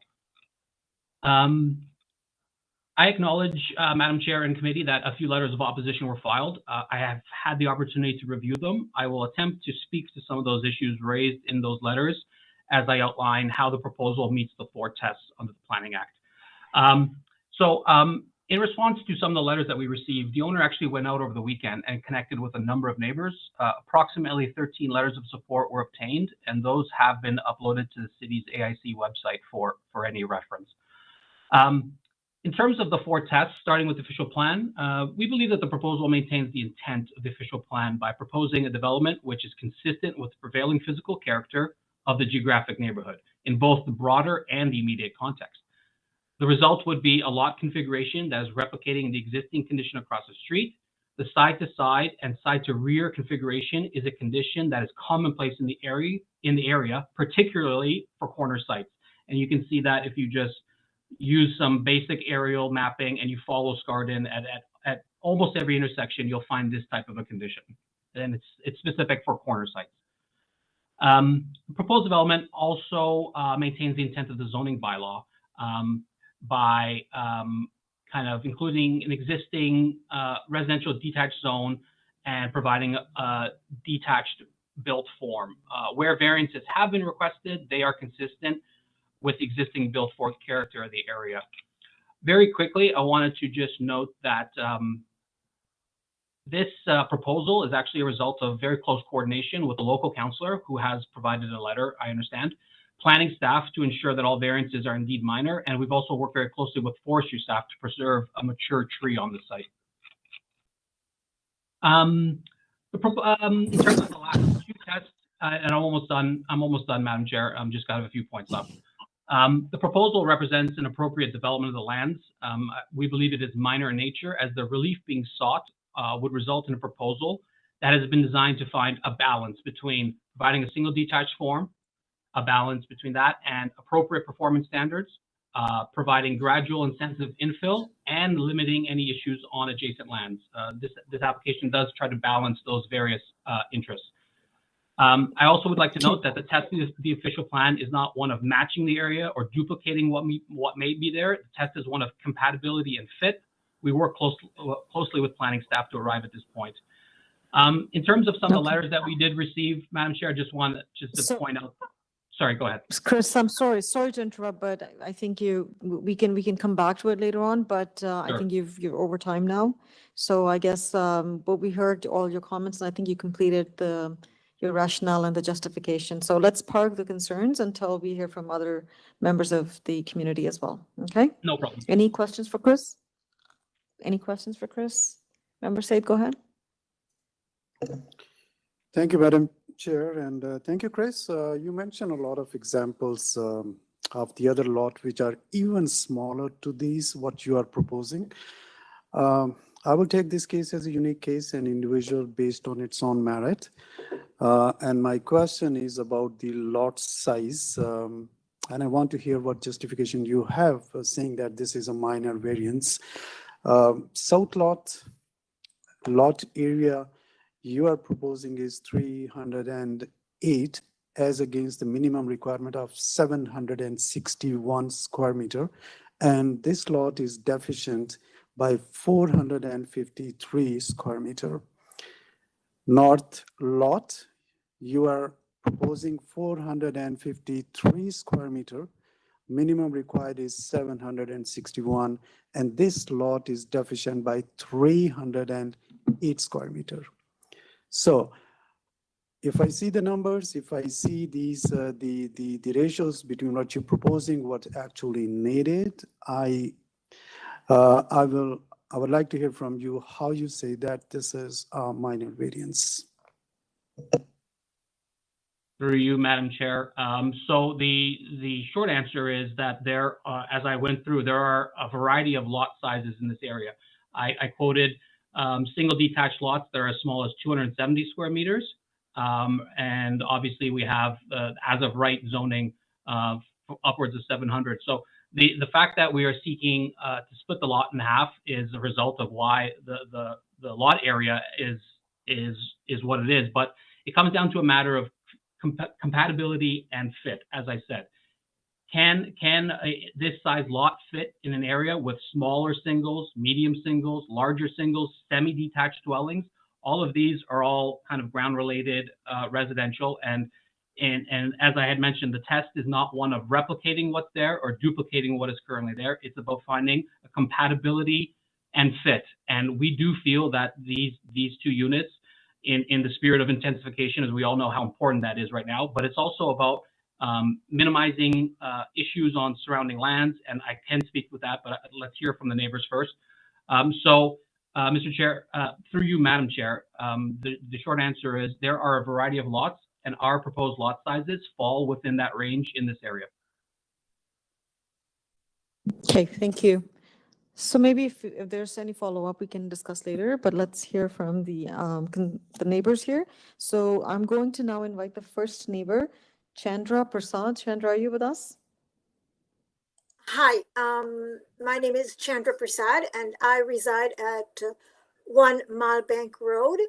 I did receive the materials from your office, and I have absolutely no objection to the changes being proposed by the owners. Okay, so you're at 1 Marlbank Road. Yes. Yes, I am. Okay, perfect. Okay, got it. Thank you so much. So you have no concerns? You were here to support the application? Yes, I am. Thank you for taking the time to speak with us, Chandra. Any comments or questions for Chandra? I see none. All right, Chandra, thank you.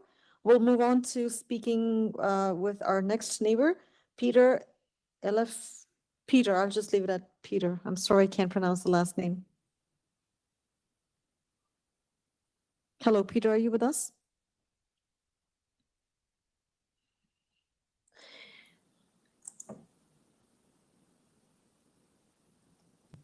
Hello, can you hear me? Yes, we can, sir. Please go ahead. Hello, can you hear me? Yes, we can, sir. Please go ahead. Okay. My name is Peter Lefteriadis. I live at 86 Eastwood Terrace. I'm a co-owner of the property here with my wife. We, we have a backyard that is adjacent to the property with the proposed development. This application, calls for the division of the lot in an east-west direction in unequal proportions, and for the construction of 2 large houses that exceed 12 variances on one application and 7 variances on another. From our perspective, we feel that this proposed development, especially for the southern lot and its orientation, will create this striking view of a wall from our backyard. 9.27 meters high, I think, is what the variance was asking for in the letter we received, running across more than half the width of our backyard on our shared property line, perpendicular to the orientation of my property. And only at the minimum requirement of, 0.9 meters setback from, I guess, what would be their side property line. We feel that we're going to suffer a severe loss in spacing and feeling of openness in our backyard due to the loss of our current backyard-to-backyard orientation, which today creates some space between my home and 45 SCARDEN Avenue. You know, that we fear we're going to have this feeling of being enclosed and a loss in view of the sky and the trees looking in the direction of north and northeast. You know, and instead we'll see this wall. And I have concerns also about, you know, like, as I mentioned, the orientation and the height of the structure and the proximity to the property line. You know, it's hard to assess, but like on air circulation being, you know, of this structure next to my property. I know in the plans there were no windows in the designs of the house, you know, but you know, there's concerns about whether there's any chance that could ever get changed, in which case there would be privacy issues. You know, and overall, all these factors are going to negatively affect our enjoyment of our backyard, we feel. And of paramount concern, of course, is the expected impairment on the market value of my property. On the topic of variances, you know, as I mentioned, there are 12 variances on the southern property, 7 of which are excessive. You know, and the most egregious ones that I'll point out are the main walls for a flat roof dwelling. I think the proposal was 7.2 meters, and the plans call for exceed this by 2.07 meters or 28.8%. Lot coverage, which was the other one, requirement 33%, exceeds 11% in absolute terms or 33% in relative terms, so 1/3 above it. The floor area as a percentage of lot area, you know, the requirement is maximum 0.6 or 60%. They're exceeding it by 25% in absolute terms, 41% in relative terms. You know, these are not minor variances; they're huge variances. And you know, it's going to result with, as a flat roof house. You know, it feels that this is going to be a house that is excessive in mass, in height, in bulk. Built on a lot not in proportion to other homes in the area, and oriented in a way that's going to impair our enjoyment of our backyard. I know that in the supporting materials cited for other homes on our street, I'd like, do I have another minute or so to kind of speak to those items?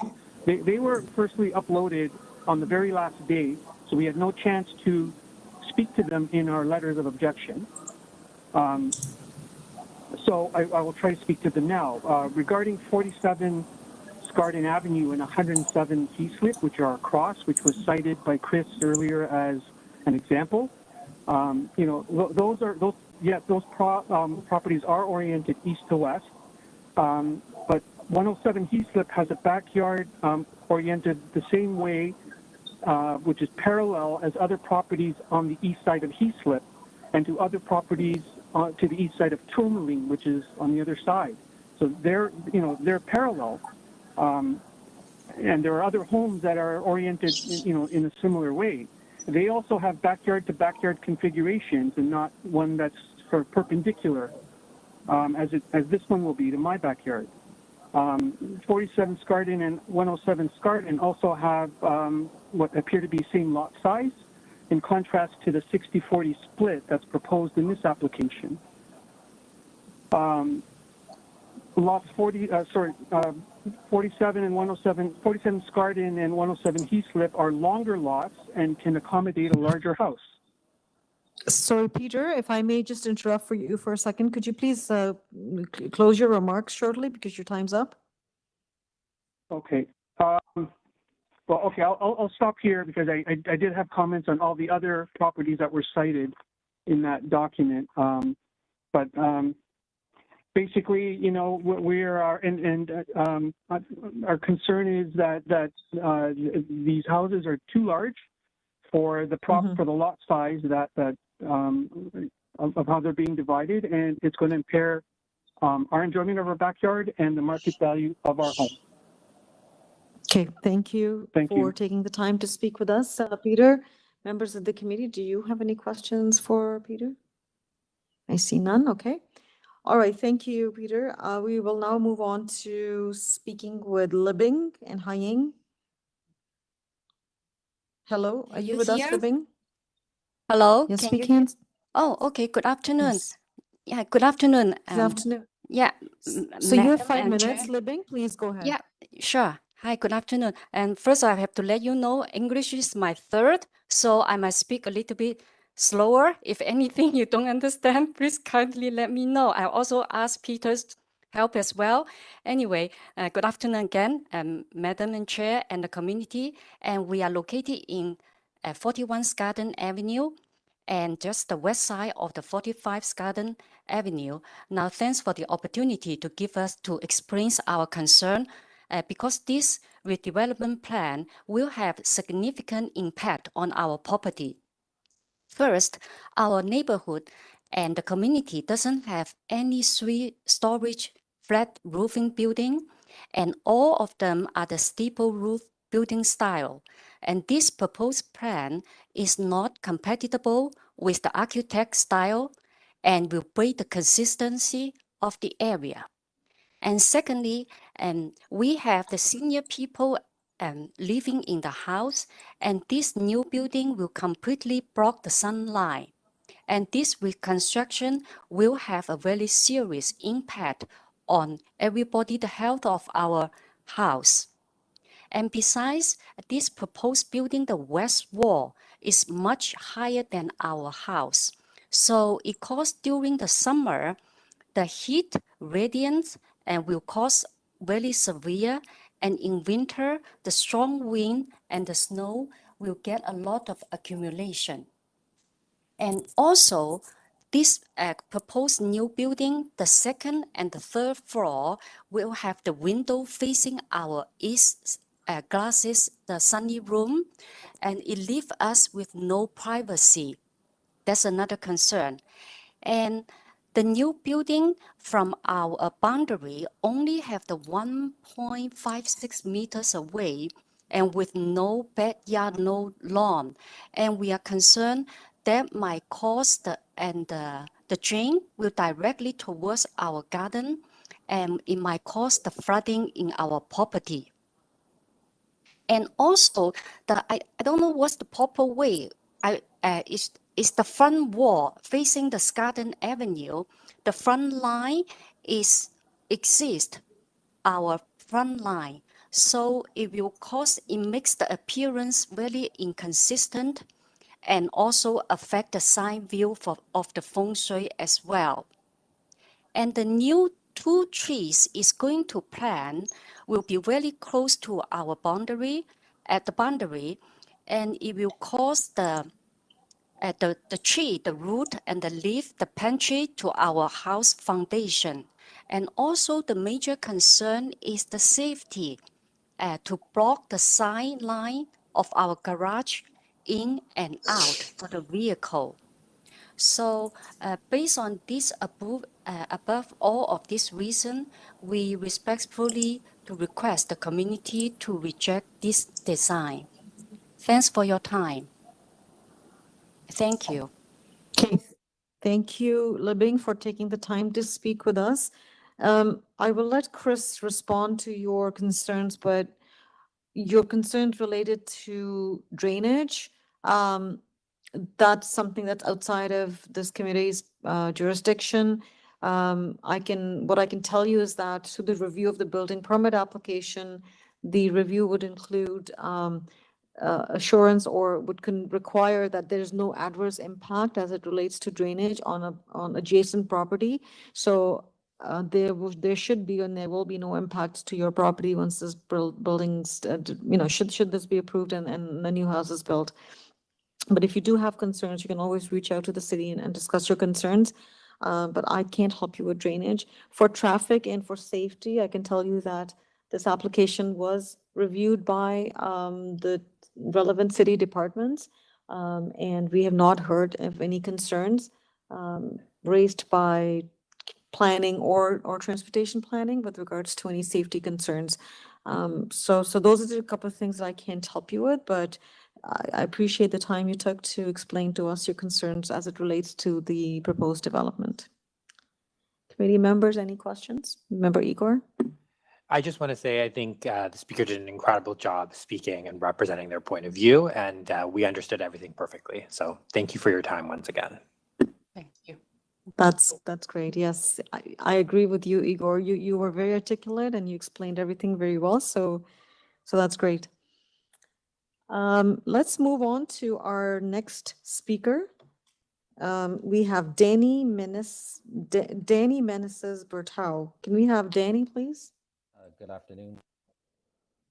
Good afternoon, Danny. And I understand that you're speaking on behalf of other residents on the street. I'm speaking on my behalf and my wife, but also on behalf of the owner of 82 Heaslip Terrace, named Zofia Mikos, and the owner of 88 Heaslip Terrace, named Moskos Arkontodis. So just to start, Chris, for the applicant, mentioned that there are letters of support filed online. I just want to say that I just checked a moment ago. There are no letters of support other than the councillor's letter. The councillor, by the way, has not spoken to any of the surrounding neighbors. So this proposed development is going to sever the property into two lots facing east and west, whereas all of the neighboring properties are have lots oriented in the north-south direction. These will be the only two pairs of lots that will be an orientation or a configuration contrary to all of the surrounding lots around it. There are no other houses in the neighborhood where you have two lots perpendicular to all of the other surrounding lots. So this is going to have an effect. This is going to affect the privacy of my lot. So the south house is proposed to be facing east and west. The windows will be facing the west. It will be facing towards 41 Scarden, but also towards my property, 84 Heaslip and 82 Heaslip Terrace. Given that the way the house is designed, it's going to be only 90 centimeters away from the south line. It's going to have views directly into my backyard. Also, it's going to have closer views of the rear windows and the rear glass doors of my property. This house is going to be significantly closer to my property than the other house nearby. Also, the height of this property, the first floor, the floor of the first floor is proposed to be 2 meters above grade, along with the rear porch. The rear porch is going to be 2 meters above grade as well, giving them,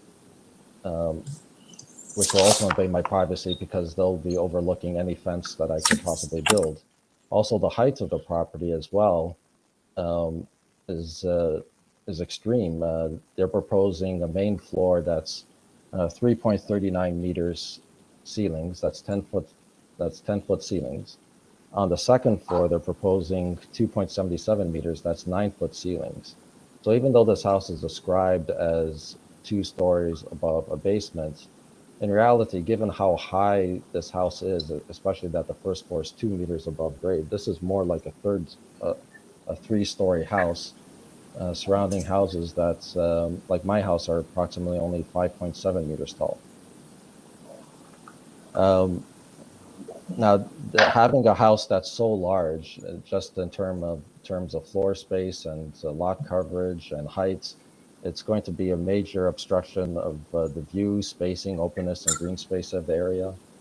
The configuration does not meet the prevailing configurations of the rear yards in the area. All of the houses in the area have rear-to-rear yard configurations where one backyard faces the backyard of the house behind it. This is also true of the lots across the streets at 47 Scarden and 107 Heaslip, where their rear yards face the rear yards of the houses behind them.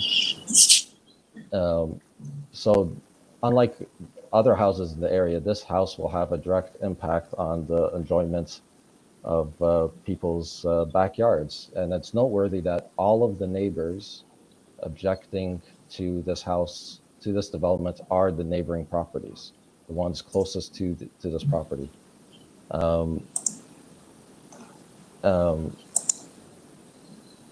Now,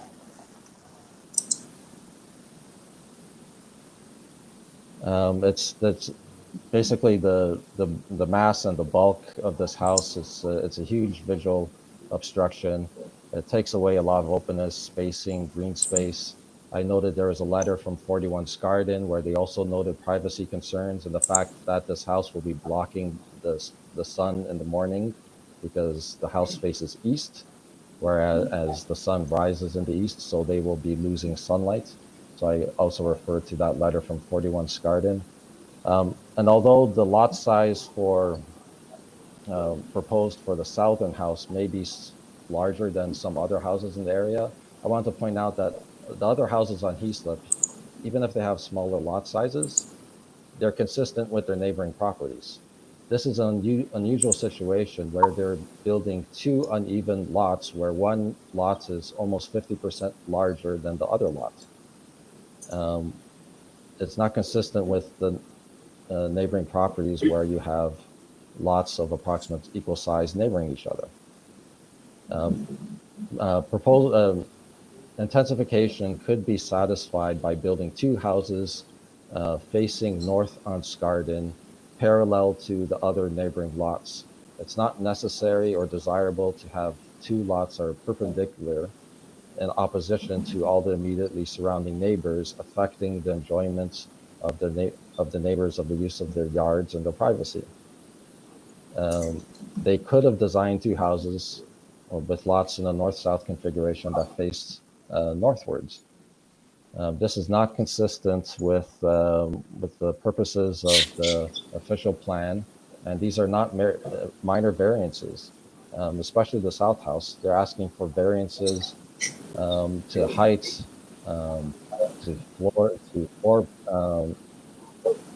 coverage, to floor space, to rear yard setbacks. Their porch is only going to be 4.5 meters away from the west property line. They're also asking for variances to rear yard setback. In every which way, these are two very large houses that are inconsistent with all of the neighboring houses. Do I have any more time? Precisely 1 second. Okay, so I say thank you. Thank you very much for taking the time to speak with us, Danny. Any questions for Danny? I see none. All right, perfect. Thank you. We now move on to, I think that was the last speaker. We now move on to Chris. Chris, you heard the concerns from all the residents. How would you like to respond? Thank you, Madam Chair. So I took notes as quickly as I could. So let's start with 41 SCARDEN. So I heard, well, she had made reference to a 3-story building. It's not a 3-story building. It is a 2-story building. So that's just a point of clarification. It's not 3 stories. The other concern was, I think, about the western wall and the proximity to her dwelling. So I think what this proposal is actually doing is actually improving upon the condition, because right now the garage is effectively maybe a foot away from the property line. What we're proposing is a wall which on lot A, which is fronting SCARDEN, we don't need a variance for the side yard setback on 41, nor do we need a variance for height for that particular lot that's fronting onto SCARDEN. So anybody as of right can go to the building department right now and build exactly what we are showing, where exactly it is, and there would be no public process. So I struggle with this notion of things being blocked when it's simply not the case, and simply as of right would have the same effect. So that is what I have to say on 41.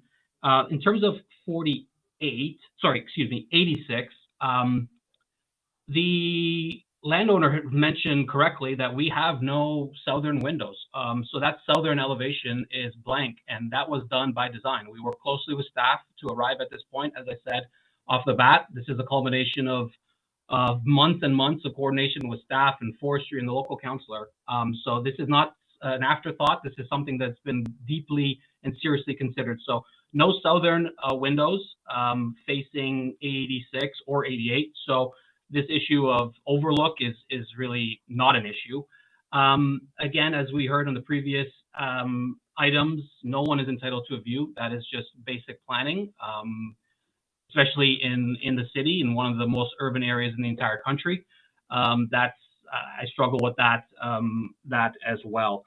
There was a lot of discussion about the configuration of these lots, orientation, and as I said off the top, Madam Chair and members of the committee, this corner site is unique in the fact that it's a corner site. If you look at any other corner site along SCARDEN, all you got to do is take the aerial mapping and run your cursor along SCARDEN. You'll see almost at every intersection, you're going to see a corner lot which has this east-west configuration, starting with 28 SCARDEN across the street. You go across, just keep on going east and west, and you'll find this condition that exists. And some of the residents had said that this is a condition that does not exist, that there's not one single house that has this. And I, with all due respect, beg to differ.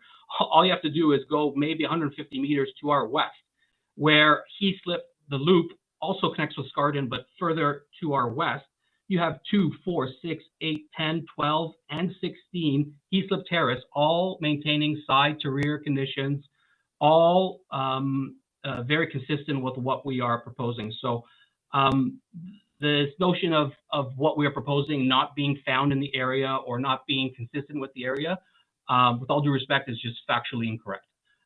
So that covered 41. So the other point I had mentioned was the support letter. So yeah, the support letters were posted, but I believe they were posted to the consent file. It's like if you go onto the AIC website, there's like file 1 for variance, file 2 for variance, and then file 3 for the consent. So those support letters are actually posted under the consent portion of the file. So they are there, but I can understand how they would have been missed.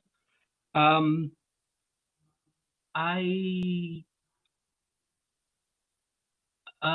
only other thing I want to talk about, kind of circling back on maybe 86 and 88, was this kind of loss of privacy. As I said, not really an issue because there is no overlook.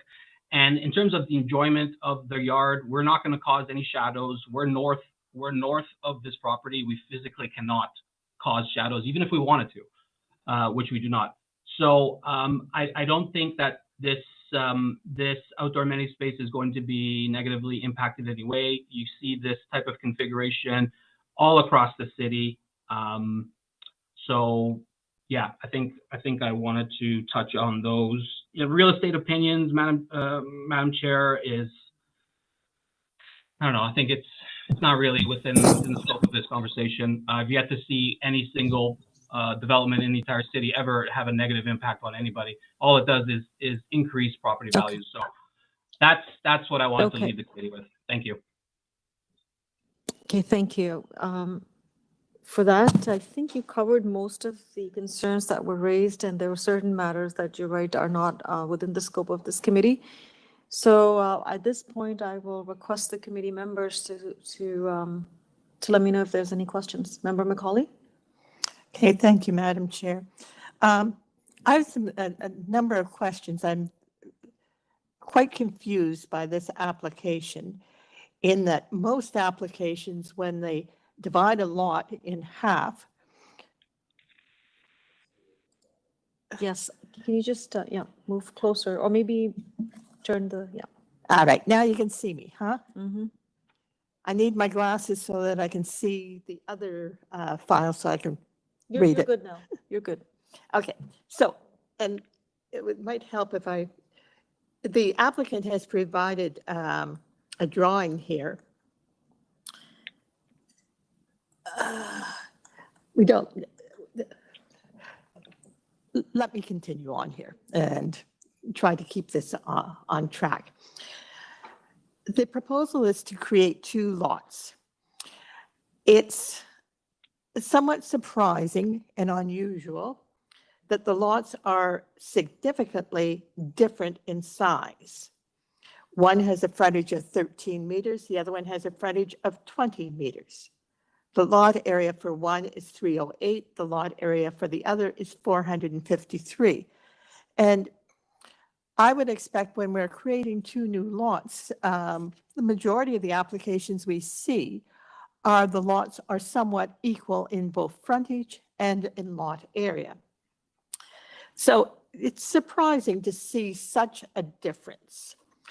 The second thing that I'm looking at here is the configuration of the dwellings on the lots.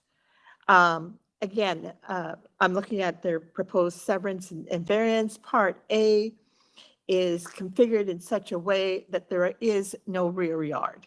Rear yard is Glad you're asking. 1.56 meters. Am I not correct? I have a yes, variance you. for rear yard of 1.56 meters versus 7.5. For the rear yard for one of the lots. Yes, that's correct. The height here is also significantly, it's not significantly different, but in both cases, we have a variance for height. One is a variance for, sorry, I've got to find my one is a variance for 8.8, whereas the required for a flat roof is 7.2. The other one is a different height of 9.27 versus 9. When I'm trying to look at these, I'm assuming that one building is going to be a flat elevation, which is why we've got the 7.2 meters requirement and the height higher. And the other one is your standard 9 meters, but again, the height is higher.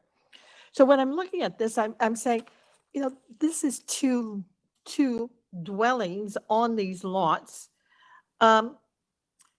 Nothing really is the same. We're widely different. I think in lot area, there's a difference of 47%. I'd like the applicant to explain why he has chosen the severance in this way.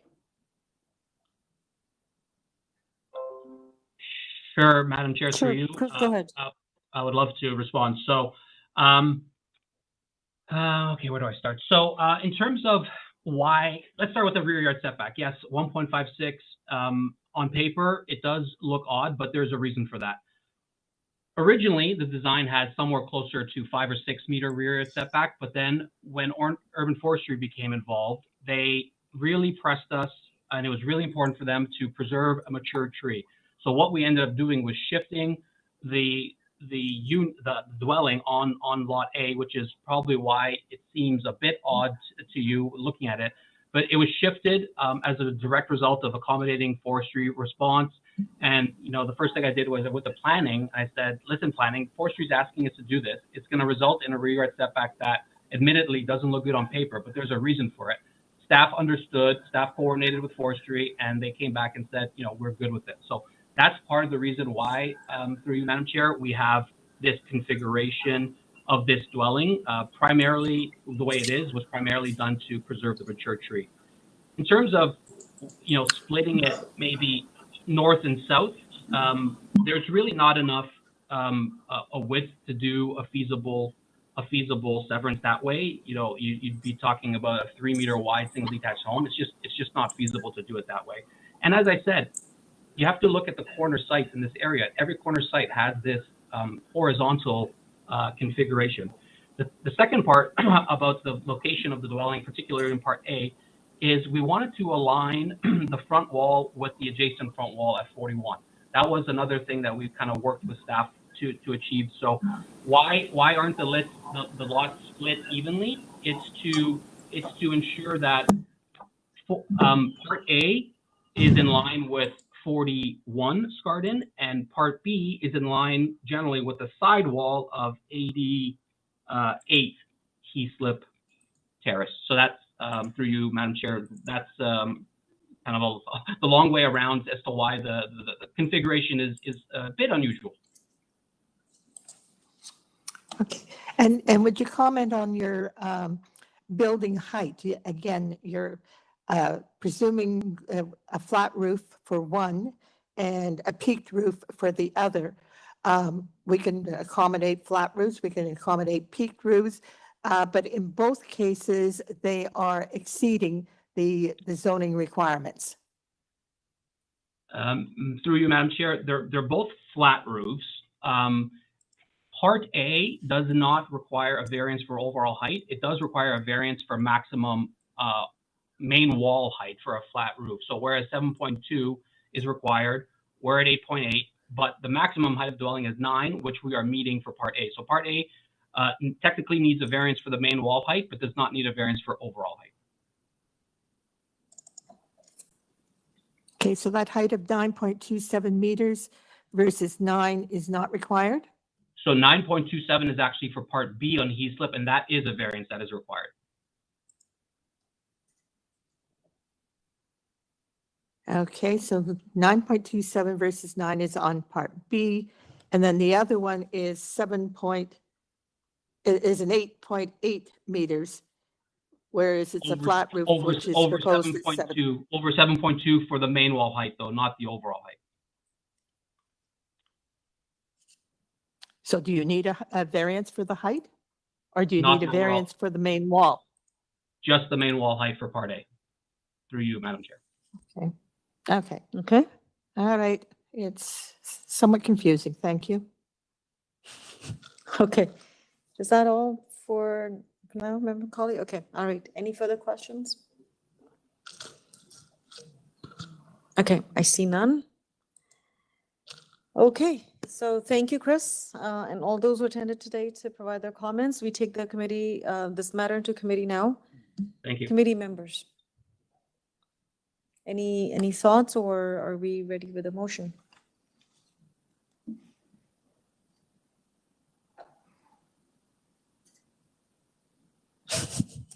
Okay, as thoughts, I don't like this. And I'm not sure whether it's because I like things to be even. I like things to be somewhat rational. I see that we have 8 or 10 variances for every application, every property here. And that means that they're trying to, as we often say, push the envelope, build too big. I'm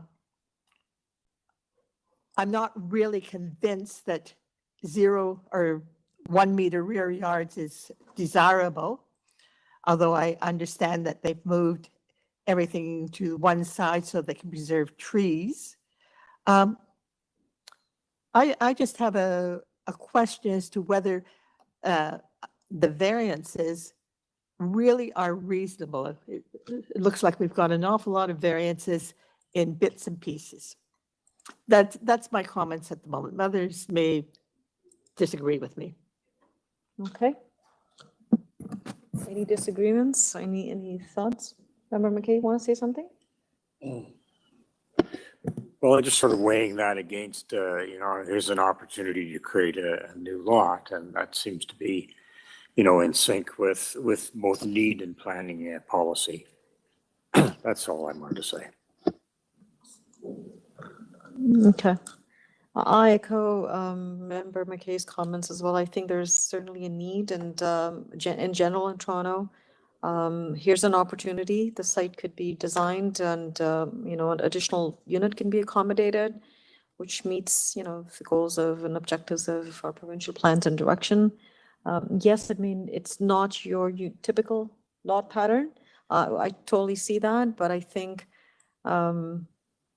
there's an opportunity here to better use the lands and to create one more housing product, which may be, a different price point depending on the size of the lot, offers a little bit more diversity generally in the housing market. So that's my 2 cents here. Okay, so I think we had a good discussion. I think we can move forward with the motion at this point. I'm looking at committee members here. Who wants to proceed?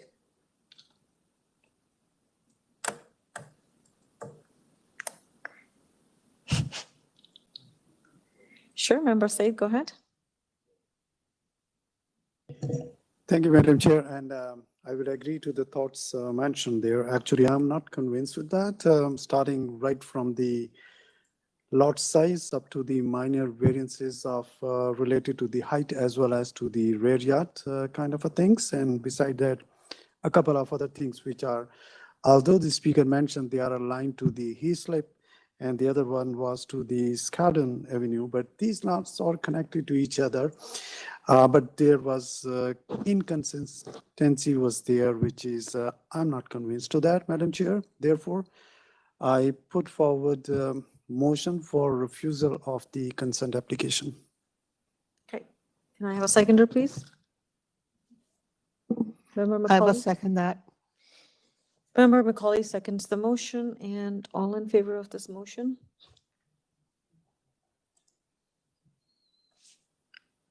Okay, and I oppose the motion. However, the motion carries and the application has been refused. Thank you. We now move to our last item for the day, which is 135 Layton Avenue. And can we have the applicant, Jonathan Benskowski, please? Good afternoon, committee. Good afternoon, Jonathan. So Jonathan, how would you like to proceed? And just so you know, we have one registered speaker, one speaker registered to speak. Sure, I'll do a brief presentation. I think it's a fairly straightforward consent application. I did submit to you a little support material, just kind of outlining the frontages on both the east and the west side of Layton Avenue, one block to the north and one block to the south on the subject side, as well as the immediate block across the street. If we look at this range of frontages here, there are only 2 lots within this study area that are larger than what is existing on the site today. So the request before you today is for a dwelling at 7.04 meters with a permitted frontage at 7.5 meters. Again, on this immediate subject block, the property is by far the largest by about 2 meters. So in terms of fitting in with the context, right now, the dwelling itself with the lot configuration doesn't fit in with the context of this block of Layton. The properties immediately to the north are 6.86 meters, and the 3 properties to the south are all at 7.62 meters. I would submit that it's really indiscernible, that difference in frontages when we're looking at it in a compact urban form. To deal with the one variance that's not related to the lot size or lot area would be the main wall height, which is the 7.62 meters. Again, the permitted maximum height for the dwelling with a pitched roof would be 8 meters. We are considerably below that. I'd be happy to answer any questions that you might have. Okay, thank you for that, Jonathan. Any comments, questions? I see none. All right, so let's move forward and speak with our neighbor, Ellen Murray. Ellen, are you with us?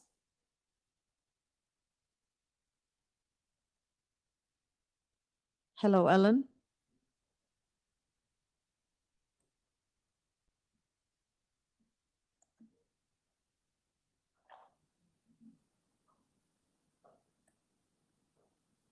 Staff, he's online, right? Through the chair, Ellen, please do not press anything on your end. We will be unmuting you.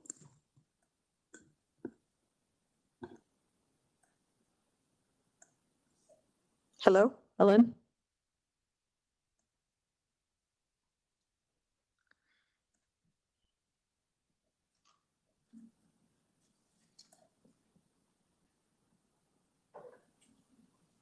Through the chair, Ellen, you are unmuted. You can proceed with your comments. Ellen, you are unmuted. Please do not press any button. Could you say something so that we can hear you? No, we can't hear.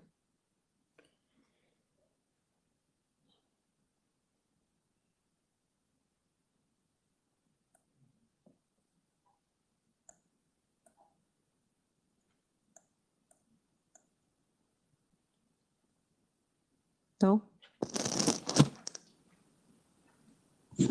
Through the chair, we're going to attempt to contact Ellen.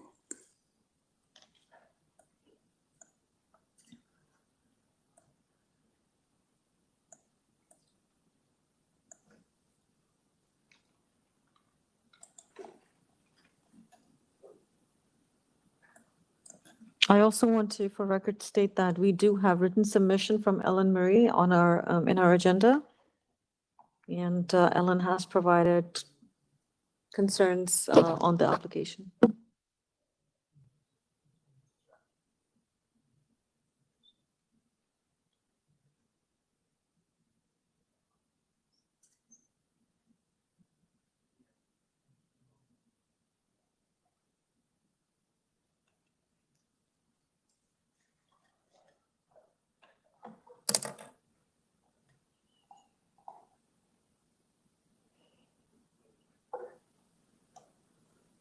Okay.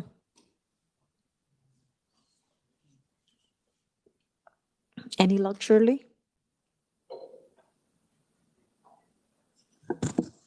Through the chair, the phone is ringing. We're just waiting to see if we get a response.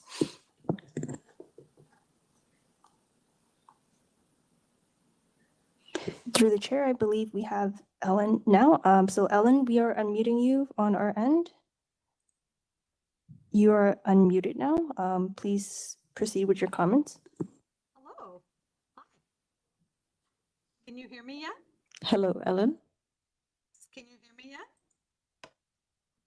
They still can't hear me there. No? Could you speak up a little bit, Ellen? I can We totally hear you. Yeah, I'm speaking up. My volume's up at 100%. I show is unmuted, so I'm not sure. Is there any way you can patch? Were you good now? You're good now. We can hear you loud and clear, so please go Oh ahead. my goodness. Okay. Thank you for your patience with this, and thank you. So good afternoon. My name is Ellen Murray, and I share a property line with 135 Layton. I know it's been a very long day for you, and I thank you, Madam Chair and committee members, for this opportunity to present. As you know from my letter, in terms of the application, I do object to the two proposed narrow lots. They are dividing them unequally. So especially the lot that's more than 10% narrower than required by the bylaw. I would like to request that the builder be asked that the lot could be divided equally so that each new lot has a frontage of 6.885 meters and a smaller requested variance. I also very much object to the request for the exemption for the wall height. The proposed houses are very boxy and will block light from all directions. Their application states that the main wall height is 7.6 meters, which is 8.6% more than permitted in the current bylaws. I think the main wall bylaw height limit was made when houses had more of a sloped roof. And when you look at those submitted building plans, you can see that actually the total height to the top of the flat parapet's actually over 8 meters. It's 8.09 meters. And I noticed that the proposed ceiling heights are 9 feet. So bringing them down to 8 feet would actually reduce the main wall height by over half of a meter. And I request that the builder be asked to do this. Now, I know that as the Committee of Adjustment members, you are not approving the building permit, but you are part of the Toronto home construction process. So I want to point out that Albion Building Consultants, Inc. is named as the agent on the filing with this committee. And I suggest it's important for you to determine your liability in how you respond to an application naming an agent who has had their building license revoked. I first read that the Albion Building Consultants, Inc. lost their license through a February article in the Toronto Star. Sorry, I'm sorry, Ellen. I will have to interject here. We're not talking about any information related to the applicant or anything that's outside of this application. I would really request you to focus on the application. I hear you, but I think it's really important that you know that when they lost their license, quote, they are no longer No, it's not allowed. important for us to know. It's not important for us to know. This is not something that we, the committee, are liable for. When they apply for permits, they have to provide their licenses and whatnot, and that's when the city will take care of that. We do not need to know that information. Okay.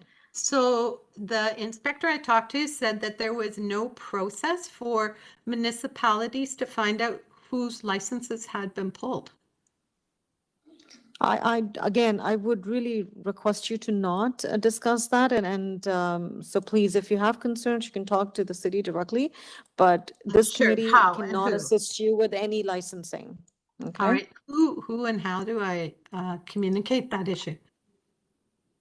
I'm not sure. I mean, I guess, Because this is you my you only can, public yeah. forum, right? This is the only public This is, forum. this is not the public, this is not the public forum to discuss licensing and then qualifications of designers and builders.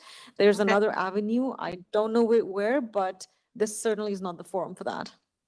I would be appreciated if you could tell me what that forum is. If someone could communicate that with me, I would be grateful. Okay, so I'm going to request staff perhaps, if there's an idea. What I can help you is that when this application, should this get approved, and when this application comes in for a building permit, the requirements to submit applications for building permits is that they have to be prepared by licensed architects and designers, and that's all it is. Who builds it, contractor, license, whatnot, that's something that is not within this, definitely not within this committee's jurisdiction, nor is it, I think, within the city. So again, I can request Colin to provide more clarification. Through the chair, you are 100% correct. This is outside the jurisdiction of Committee of Adjustment. The licensing is also outside of the jurisdiction of the city, for that matter. Yeah. So again, staff confirm that we cannot help you with any matters related to licensing of any, professional or builder or contractor. You'd probably have to do your own research to figure that out. But we certainly can't help you here. Okay, so I apologize for But that you might interruption, be but I able think to it's help important. me.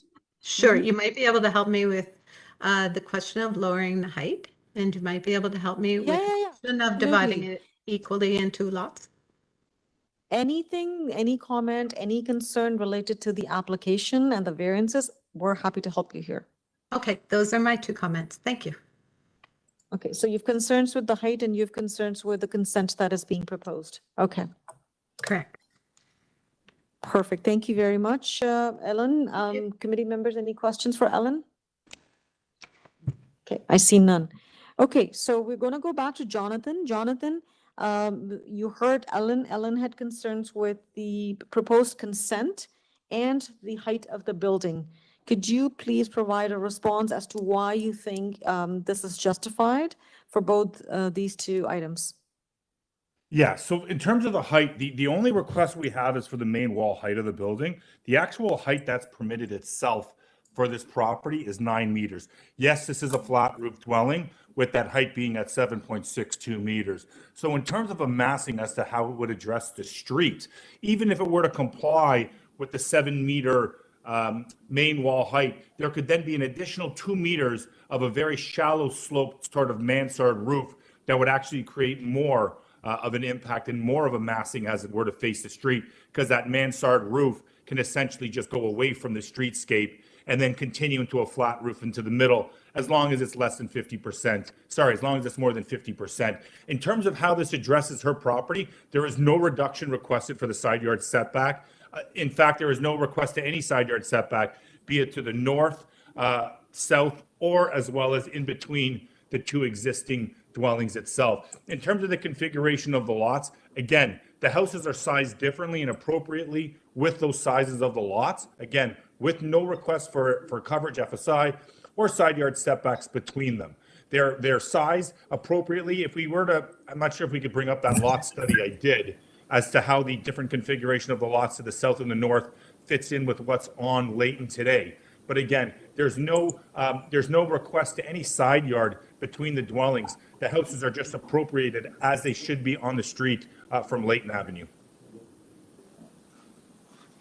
Okay, and if I can just, for everyone's benefit, the requested variance for the lot area is close to, I would say, 12 square meters.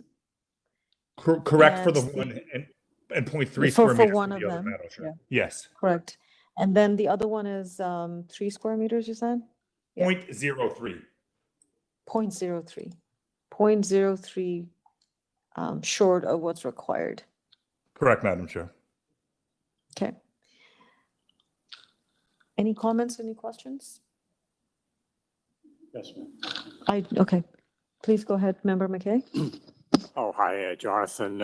Perhaps you just address Ms. Murray's concern about the unequal division of the properties. As I'm looking at the part that's being severed and retained, they're not hugely different, but at the same time, we're often seeing consents that show quite equal lots.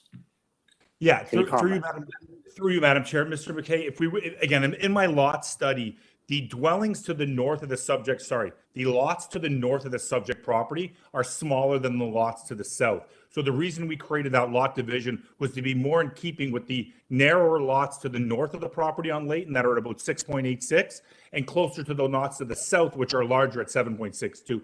So it was trying to create that consistent rhythm to the north and the south of where those properties sit.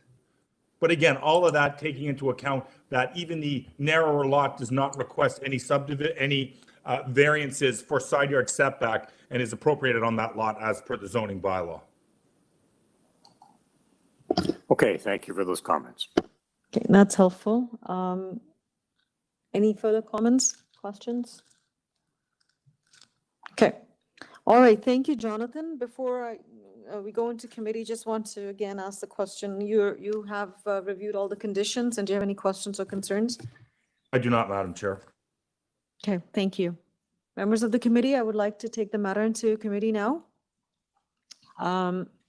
Any comments or thoughts, or are we ready with a motion? Member State, please go ahead. Madam Chair, are we ready for the motion or should I wait for the? I do not see any hands raised, so you can proceed with the motion. Thank you, Madam Chair. I put forward motion for approval of consent application for item 29, subject to the condition of urban forestry 2 and 3, engineering services conditions and standard condition of consent. Through the chair, there are no ECS or engineering conditions. Oh, sorry, yeah, there are no, I apologize for that. So there is only condition of urban forestry condition number 2 and 3. Madam Chair, I also move motion for approval of the minor variance application associated to this for approval without any conditions. May I have a seconder, please? Member Macaulay, please go ahead. Madam Chair, I will second that proposal. Thank you. So Member Macaulay seconds the motion, and all in favor of this motion? The motion's carried unanimously and the application is approved. Thank you. Thank you, committee. Thank you very much for everyone who attended today, and we appreciate your patience throughout the day today. On that brings us to the end of the agenda. Mr. Deputy Secretary Treasurer, is there any other business? There is none. There's none. All right. On this, I would like to have a motion to adjourn. Motion to adjourn, Member Macaulay. Thank you, Madam Chair. I have a motion to adjourn. And I also put forth the motion to thank the staff for their incredible work in trying to make our stupid computers work. So thank you very much. Okay. All right. And the seconder for the first part? I'll second both parts of the motion there. Okay. Especially to adjourn. Okay. So we adjourn now. See you next one. Good night. Okay. Mm-hmm.